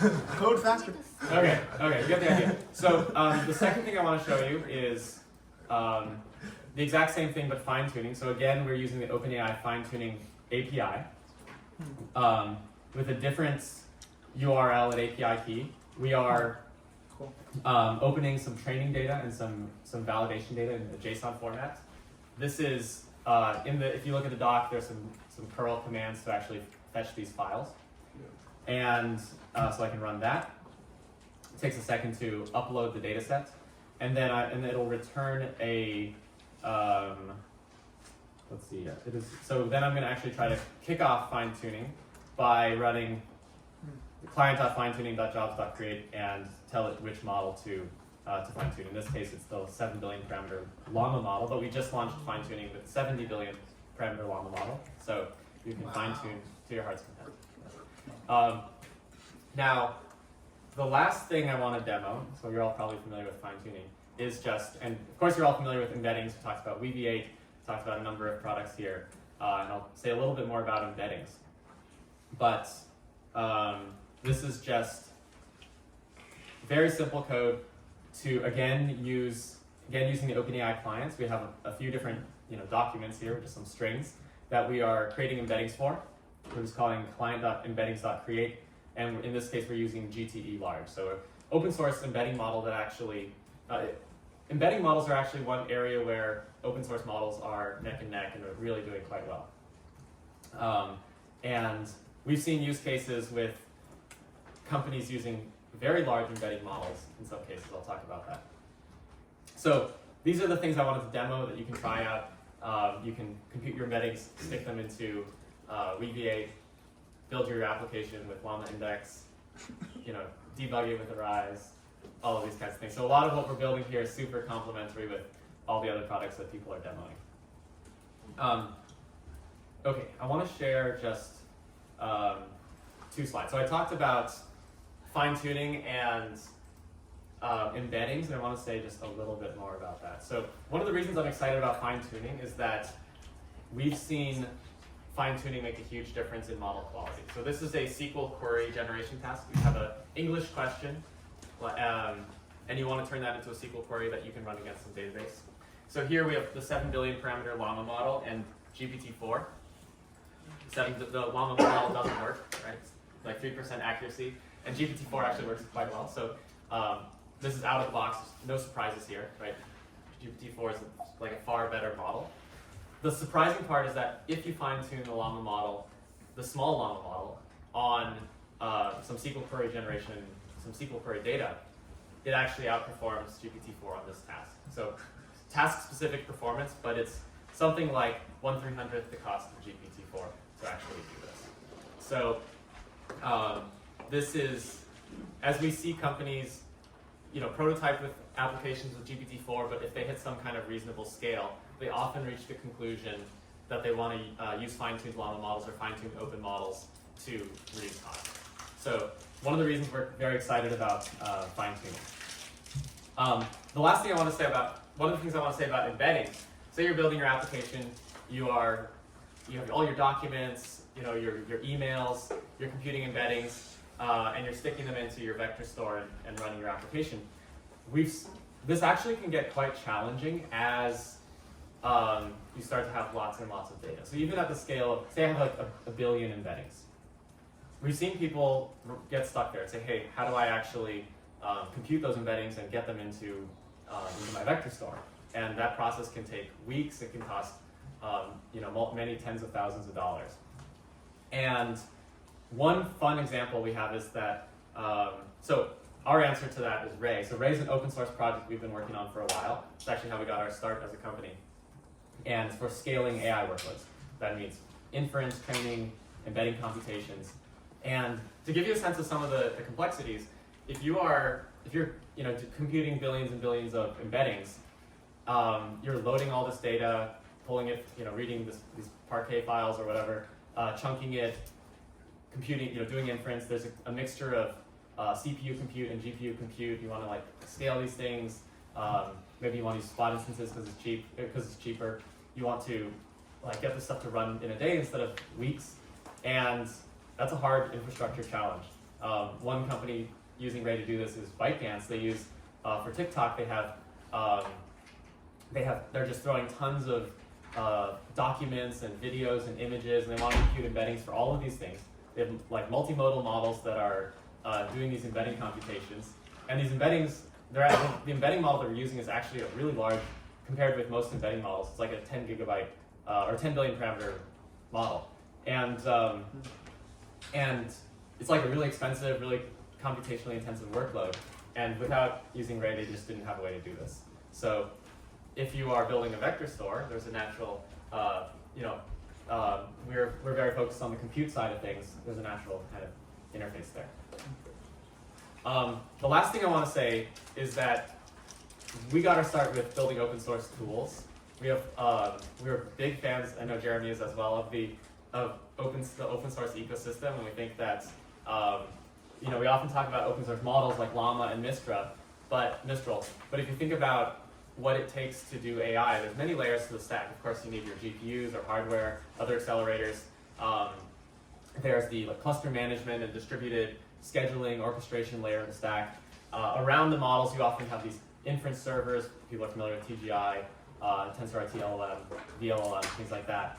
And where we started with Ray sits at this level right here, thinking about how to scale and schedule, orchestrate compute-intensive workloads like training, inference, and so on. That's where we invest a lot of our energy.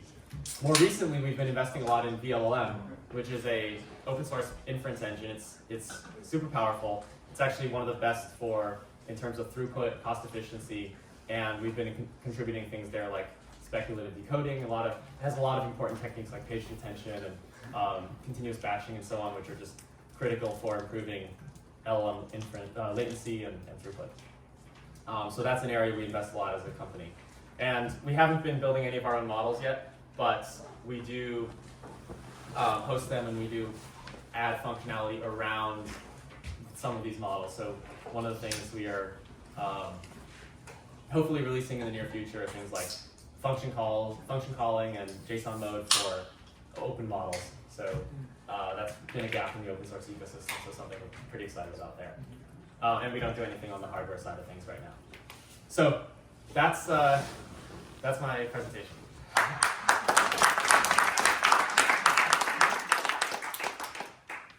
Go. 2 questions. Yeah, I know a lot of your customers are caring a lot about cost. Yeah. My use case, I care a lot about speed. Yeah. So like latency? Yeah, latency, pretty much. So basically, I'd like to know, compared to using OpenAI, what's the best way I can just make a model, fine tune a model that works a lot faster than using GPT-3? Yeah. So, well, so to reduce latency and to reduce cost, or well, they go hand in hand. But if you want to reduce latency, you often want to use smaller models. Yeah. And that's what, so fine tuning can play a big role there because it can make smaller models viable, right? Like perform better.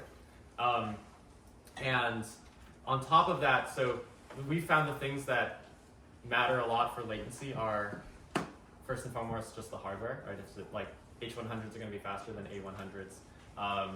Then on top of that, things like, I mean, there's just a lot of optimizations you have to do. Things like speculative decoding to speed up decoding. Techniques like, you know, rewriting some of the like model compilation, so building CUDA kernels for these models. So there's quite a lot of depth there that has to happen. So I mean, you can use we have these optimizations built into AnyScale endpoints. So you know, you can use these APIs. Does that answer your question? Yeah, it sounds like there's a lot that I don't know, but okay. Yeah, that's a place to start would be just by taking a smaller model, the smallest possible model, fine-tuning it, and then running it. I can do H100s on your platform or A100s, or I just get whatever. By the end of the, by the end of the month. Cool. Yeah, I guess a similar question. Do you do real time? So if I have like sub 100 millisecond latency requirements for an embedding model that's open, can I use AnyScale? Sub 100 milliseconds? Yeah. Yeah. So when you say real time, you just mean like low latency? Or? Yeah, like the user takes an action and can't distinguish between. Oh. Yeah, there's no. They don't have to so I mean, it depends on the number of input tokens and the number of size. Yeah. So So when people look at latency for LLMs, there are two common metrics people look at other than cost. One is just time to the first token in the response, and then the next, and then it's inter-token latency for the subsequent generation. Sure, right? Embedding models. Yeah, so okay, for embedding models, I have to just measure it, I don't remember the exact number. But for LLM inference, we are, I believe, better than everyone else at time to first token. And then we are not the best, but we are quite good at inter-token latency. Better than everyone else. Well, for comparing models, the same model to the same model, right? Like if for, say, 13B or 70B. That's awesome. Yeah. Final question. What kind of sample sizes have you seen people do fine-tuning? What kind of sample sizes? So we've seen hundreds, you know, as low as we've seen definitely thousands of data points. We've definitely seen hundreds of data points. You can try fewer, but we generally recommend at least low single-digit hundreds. So 100 works pretty well with some people. Yeah, I mean, it's very application dependent. It's not the case today with fine tuning. It's not the case that you just upload your data set and then it just works the first try and you get a really great model all the time. Sometimes it does, but we often see people iterating on this. Are you aware of any method to try to determine the quality of the sample?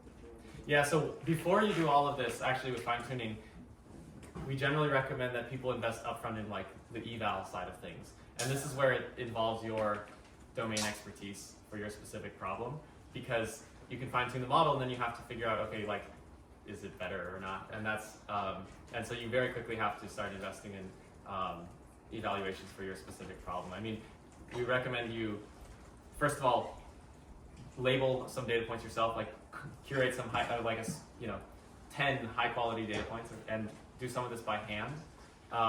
You really have to do some of this by hand.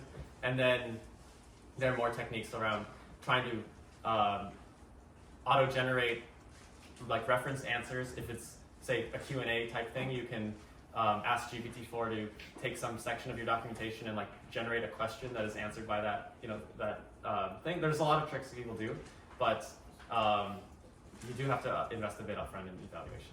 Yeah, I was wondering why fine-tuning works well for some You cases. guys can sure. Yeah, hey, thanks a lot. Thank you. So, Tiff, be prepared to introduce agents to your staff. Sure. Thanks.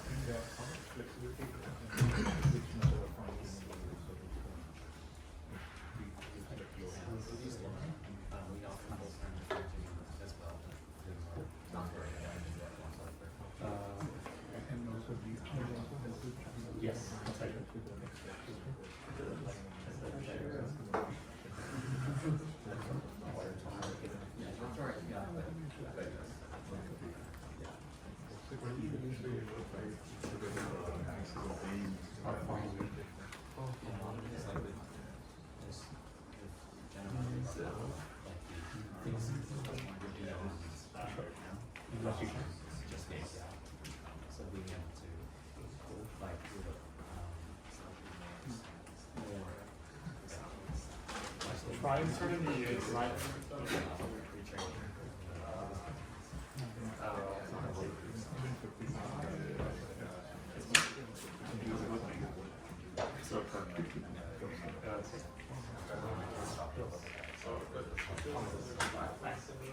Okay, did good. Cool. So excited. So let's interleave some talks and like some cool demos together. So if you're not familiar at Multion, we kind of build like the agent stack for taking actions using the browser. And the nice thing about this is like the browser is so universal. This is like literally what every human uses every day. And so you can use it as a universal interface to go to take action, which would be like, say, like order food, book flights. This is one of the first demos we did before, where this is like the first example of a flight booked by an AI end-to-end autonomously, where we told the AI that go to you like United, book me a one-way flight from New York to SFO, and then you can actually go and do the whole thing.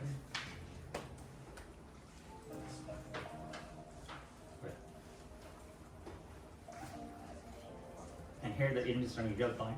This is actually like a 6-month-old demo, so now the speeds of the agent is like almost like 5x faster, so it's like much faster than you typing yourself. And so it's like literally removes the need for human typing.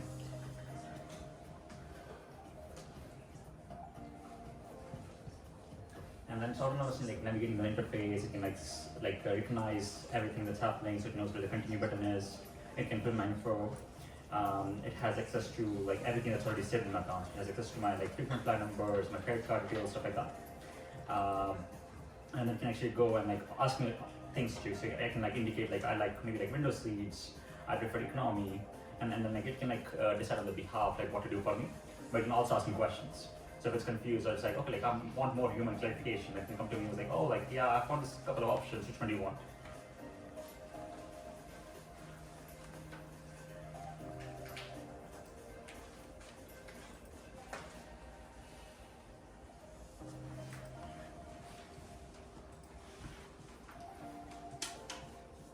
I can speed this up a bit, but you can guess like just like looking at the screens, like there's so many screens, right? Like if I want to go book a flight, it's like 10 screens already, and I just want a flight. Why do I care about all these things?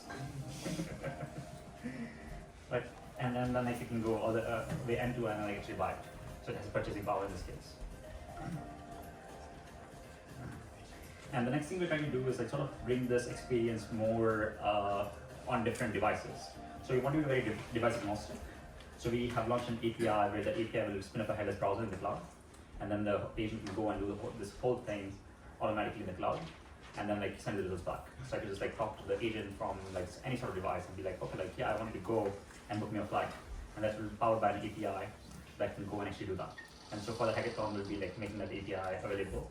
It's currently in like a closed beta, but for the hackathon participants who hear the next steps, so you can integrate that. We have a Python SDK, we have a JavaScript SDK.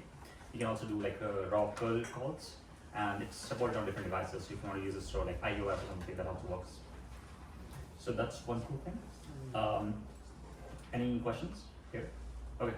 So what are the decisions made by the AI? I think it depends. So how it works is you can give it a prompt and a URL. So you can give it like say like united.com as a starting URL, and like a prompt like okay, here's what you want to do, and sort of like the more detailed you make it, the better it is. So you want to try to make it like very deterministic or give it like steps, and then the AI will go and actually do that, and then you can like tune the prompt a bit to sort of like see what it's doing for your applications, and then you're building a lot of guardrails, you're building a lot of like layers where you can have very deterministic control over what's going to happen. See, throughout the part of ticket booking, you have so many decisions to make, like where which cabin you're gonna book. Right. Like, do you wanna have any upgrades? Have any additional services? So how does the AI make these decisions, or how to make inferences throughout? Sure. So let's say usually we can prompt it, so you can tell it like okay, like here's the user preferences, only satisfy what the user says, you don't do anything extra. So that's still human making this decision, telling the AI in a text format. Yeah, in a prompt initially. It's also possible like you can also like ask it like okay, like go make decisions for me. I don't know if you want to go do that, but it's possible. This still gonna like, go from SF to New York? Hopefully, yes.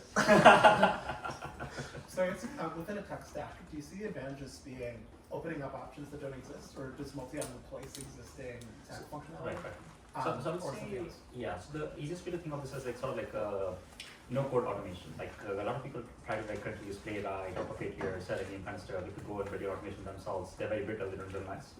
The idea over here is like sort of like text to automation automatic code. So you just give it like a prompt over the API, and then you basically kind of create engineered automation and everything, without having to like deal with the browser or like even like do anything there. Yeah. Are there any tasks commonly done with LLMs that we could replace with multi-agent? Sure. So let's say, let me go further in the demo.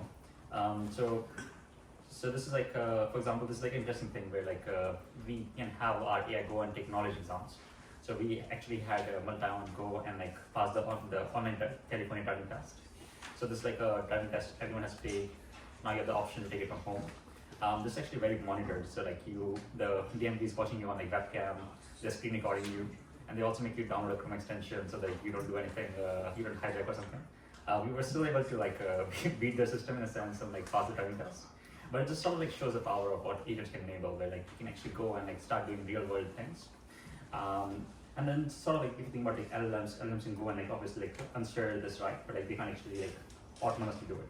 So that's sort of the next thing that's gonna happen, like sort of like opening this door to like more proactiveness or more like decision making.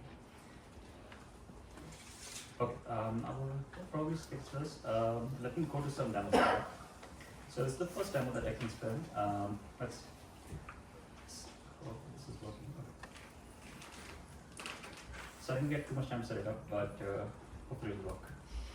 So what we did here is we set up an agent where we give it a prompt like I want you to go online and reserve me a 800 GPU and give me the SSH link to that machine.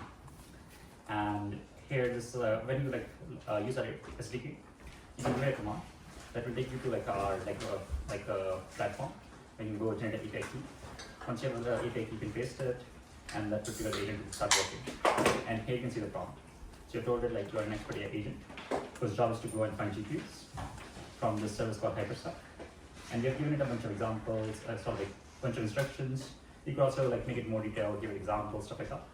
So we have given it some like high-level stuff. Like first, you try to log in and go create a go to the right profile. After it has been selected, search for like a 800 GPU, and then reserve it. And if it's successful, then give me the SSH key. So it's very high level. You can go and like make it as complex as you want. We've seen like more determinism and help. And so now I can go and create an agent. Okay. So here it's going to this Hyperstack website, and it loaded the prompt to the agent. Now the agent is running. I'm clicking on the sign up login link to start the process of logging in. I am navigating to the virtual machines page to select and reserve a GPU. I am clicking on the deploy new virtual machine link to start the process of creating a new virtual machine. I'm clicking on the load a provisioning profile button to load the Multian profile. I'm clicking on the Multian profile to select it for loading. I am clicking on the load profile button to load the selected Multian profile. I am clicking on the 1XA180G PCI option to select the GPU with 80 GB RAM. I'm clicking on the deploy button to reserve the selected GPU and create the virtual machine. The reservation of the A100 GPU with 80 GB RAM failed due to insufficient stock. Would you like to select a different GPU or try again later? So here you can actually see it tried to do it, but like there was no GPUs. But it actually went and told you like, oh sorry, I couldn't find a GPU. And so you can imagine, and like if there were GPUs available, you can actually go and grab it and then send the SSH key. And so you can imagine like you can build a lot of this like very powerful automations. One thing we are also very excited about is like suppose this is like a single agent, but you can imagine the power if I had like say like multiple of this running at the same time. And I think that's going to be the next big thing that we're exploring. Like, can you sort of like build this sort of like a system which is almost like a multi-agent system that sort of like acts like its own internet, where like there are a bunch of agents that can go communicate with each other, do a bunch of task specialization. And this can unlock a lot of things where you can imagine like suppose I want to do this task, but suppose I just launched 10 agents. So like even if some of them can find GPUs, maybe like some of them will find GPUs, so I get some GPUs. And so there's like this parallelization unlock. I can just parallelize a lot of these things and divide the task. You can also specialize the task, so you can have like more specialized agents for different things. And so this becomes like I would call it like a distributed orchestration problem at some point, where like once you have this like autonomous agents, almost like programs running, how do you orchestrate tasks between them? And then you can do like a lot of stuff around communication and managing them. One primitive we have been exploring here is sort of like having like a big manager agent. So a user can go talk to the manager agent, where the manager agent in the background can go orchestrate tasks. So it can go and like create subtasks, it can go create workers to sort of like effectively like manage those, and like do like some broadcast operations, do all the operations, get the tasks back. So you can almost think of that like sort of like a map reduce operation. Like I do a bunch of map reduces to sort of like do the whole communication. Once the task is complete, it's verified to be done, you send the results to the user. And then to make this work, you need like a lot of robust communication protocols, like a lot of state management. So it's actually very complex. But I think like I see that as the next big thing in 2024 that's going to happen. And another thing, very exciting thing here is sort of like how can you use this concept to build like more generalized AI systems. So I think one thing I think people have started to realize, like a single agent is not enough. You want to have like a lot of this background agents running there to build a product. And then you can imagine like I want like different components in this sort of like a sort of a new sort of computer, which you can almost imagine like it's like a computer powered by like large language models and like AI. And then you want to have different components such as like some sort of chat interface. You want to have like a task engine that can go generate tasks, do things for you. You want to have a way to like route the tasks. So you want to be like use a browser, use a web, maybe like coordinated tools, applications, have some sort of like local index which could be like retrieval, and then like sort of like run this operations again and again to like sort of like accomplish the task the user wants. And so you'll see like this sort of like spatialization where like instead of just one large language model, as how people are seeing, we'll have like different components of the system, and each component might be powered by an agent or a model, and then we'll like start to make this more robust over time. And I think that'll be like very interesting. Cool. So to end the talk, let me show a cool demo where we'll try to launch like a bunch of agents to do some cool things. We should run. Okay. So, yeah, one second. Let's see.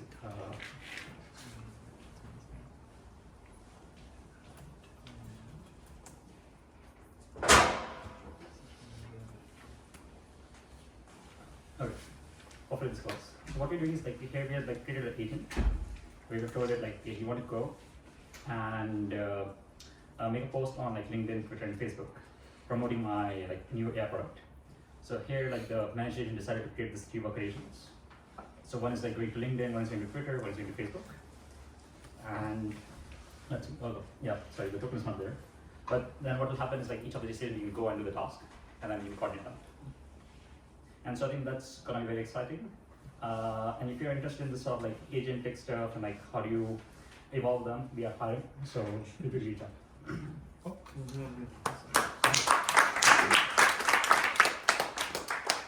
And how can people integrate multi on their stack today? Sure. So can you send a link up to the Slack actually? Yeah, so you can go to like docs.multion.ai, there we have all the documentation. And I'm currently in a closed beta, so you can just find me and I will add your email to whitelist you. Okay. Thanks. Amazing. Okay. So that's our final technical presentation. We're going to have a quick word from our founder, our lovely sponsor.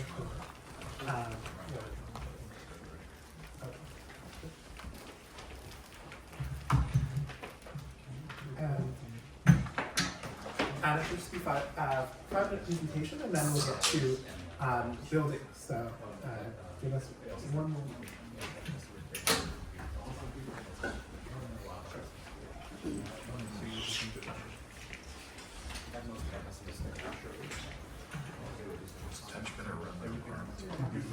Well, slowly, I'll do a very quick intro. I'm Helen Lam. I am the founder and managing partner of the firm called Founders X Ventures. We're right outside Stanford. Most of my team are technical people. I came from a computational background myself. Our firm started in 2016. Actually, one of the first investments we made are on enterprise AI. Today, that company is a unicorn company called Sol Security. Don't know if any of you know that. It's an API security leader, category leader today. Most of our investment, our core investment thesis is looking for building digital infrastructure. Could you use the mic? So we can Okay. Can you hear me or no? You need the mic.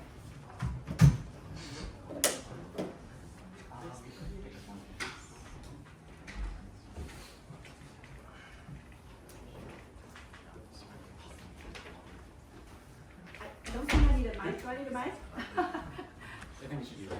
It's Okay. okay to hear. Yeah, you can hear. Yeah. So our core investment thesis here is looking for building digital infrastructure. Let me see. Scroll. It's other way. Scroll. Sorry. Scroll. Okay. Hopefully you know a few founders from here. This is the bottom didn't come up. So the few founders here, the couple unicorns here you might know. The first one is the Sol Security I just mentioned. It's the API security leader using machine learning actually mapping how the hackers and hack your API and how you defend their solutions. A couple others you might hear in the news. The second one is another unicorn called the Jeeves. It's a company doing cross-border, cross-currency enterprise expense management, basically building out a global enterprise bank. The third one has been in the news lately called the RAN AI. It's an AI infrastructure a startup actually backed by Sam Altman as well. I won't go through all of them. A couple others that we do looking into infrastructure level a little bit, but more compute. So we invest in AI chips, and we actually have a couple of plays quantum computing. On the hardware side, on the software side, our compute company actually has a commercial contract, close to 80 million commercial contract.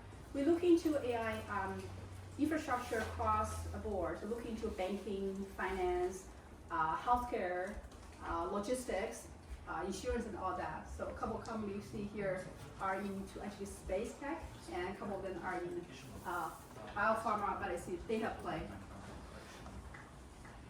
So this is again a couple of examples of what we're looking at.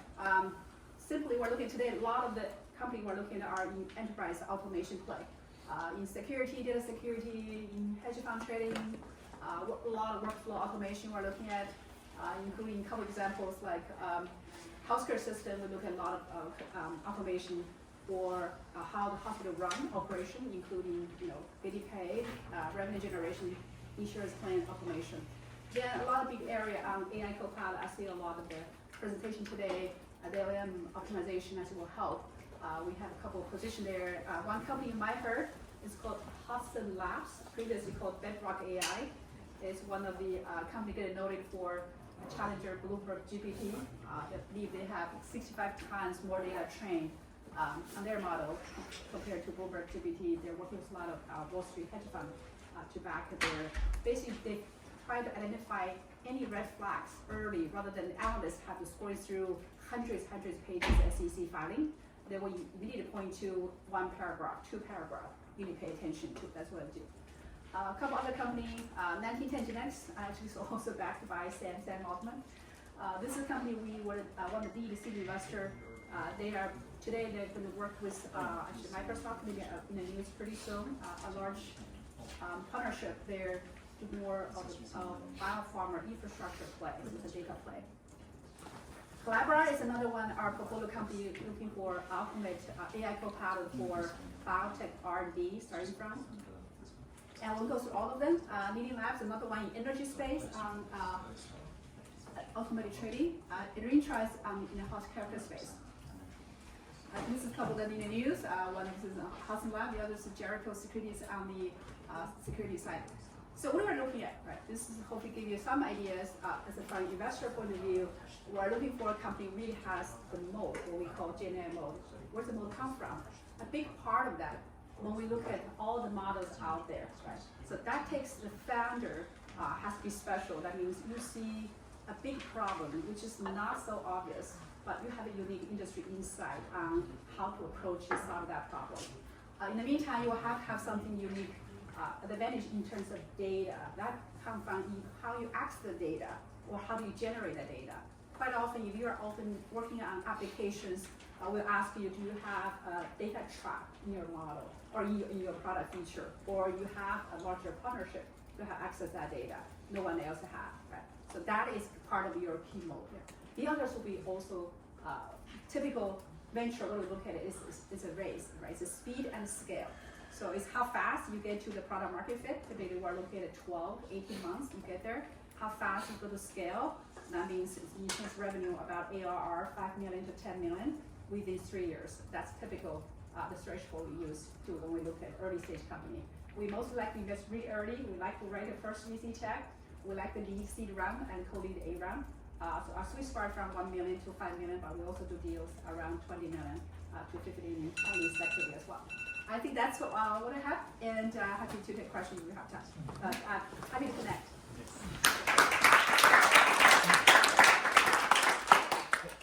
Thanks so much. Okay, sure. Yeah, we'll have one more page. I won't have to go through. We host hackathon. We like to host hackathon. Thanks, Jeremy, and Claire have been doing this wonderfully. This is the second hackathon we host. We support together, but we'll continue. We'll continue to do this. This is a topic. If you are the founders in the area, feel free to reach out to us directly as well. We'll continue to host this. Thank you.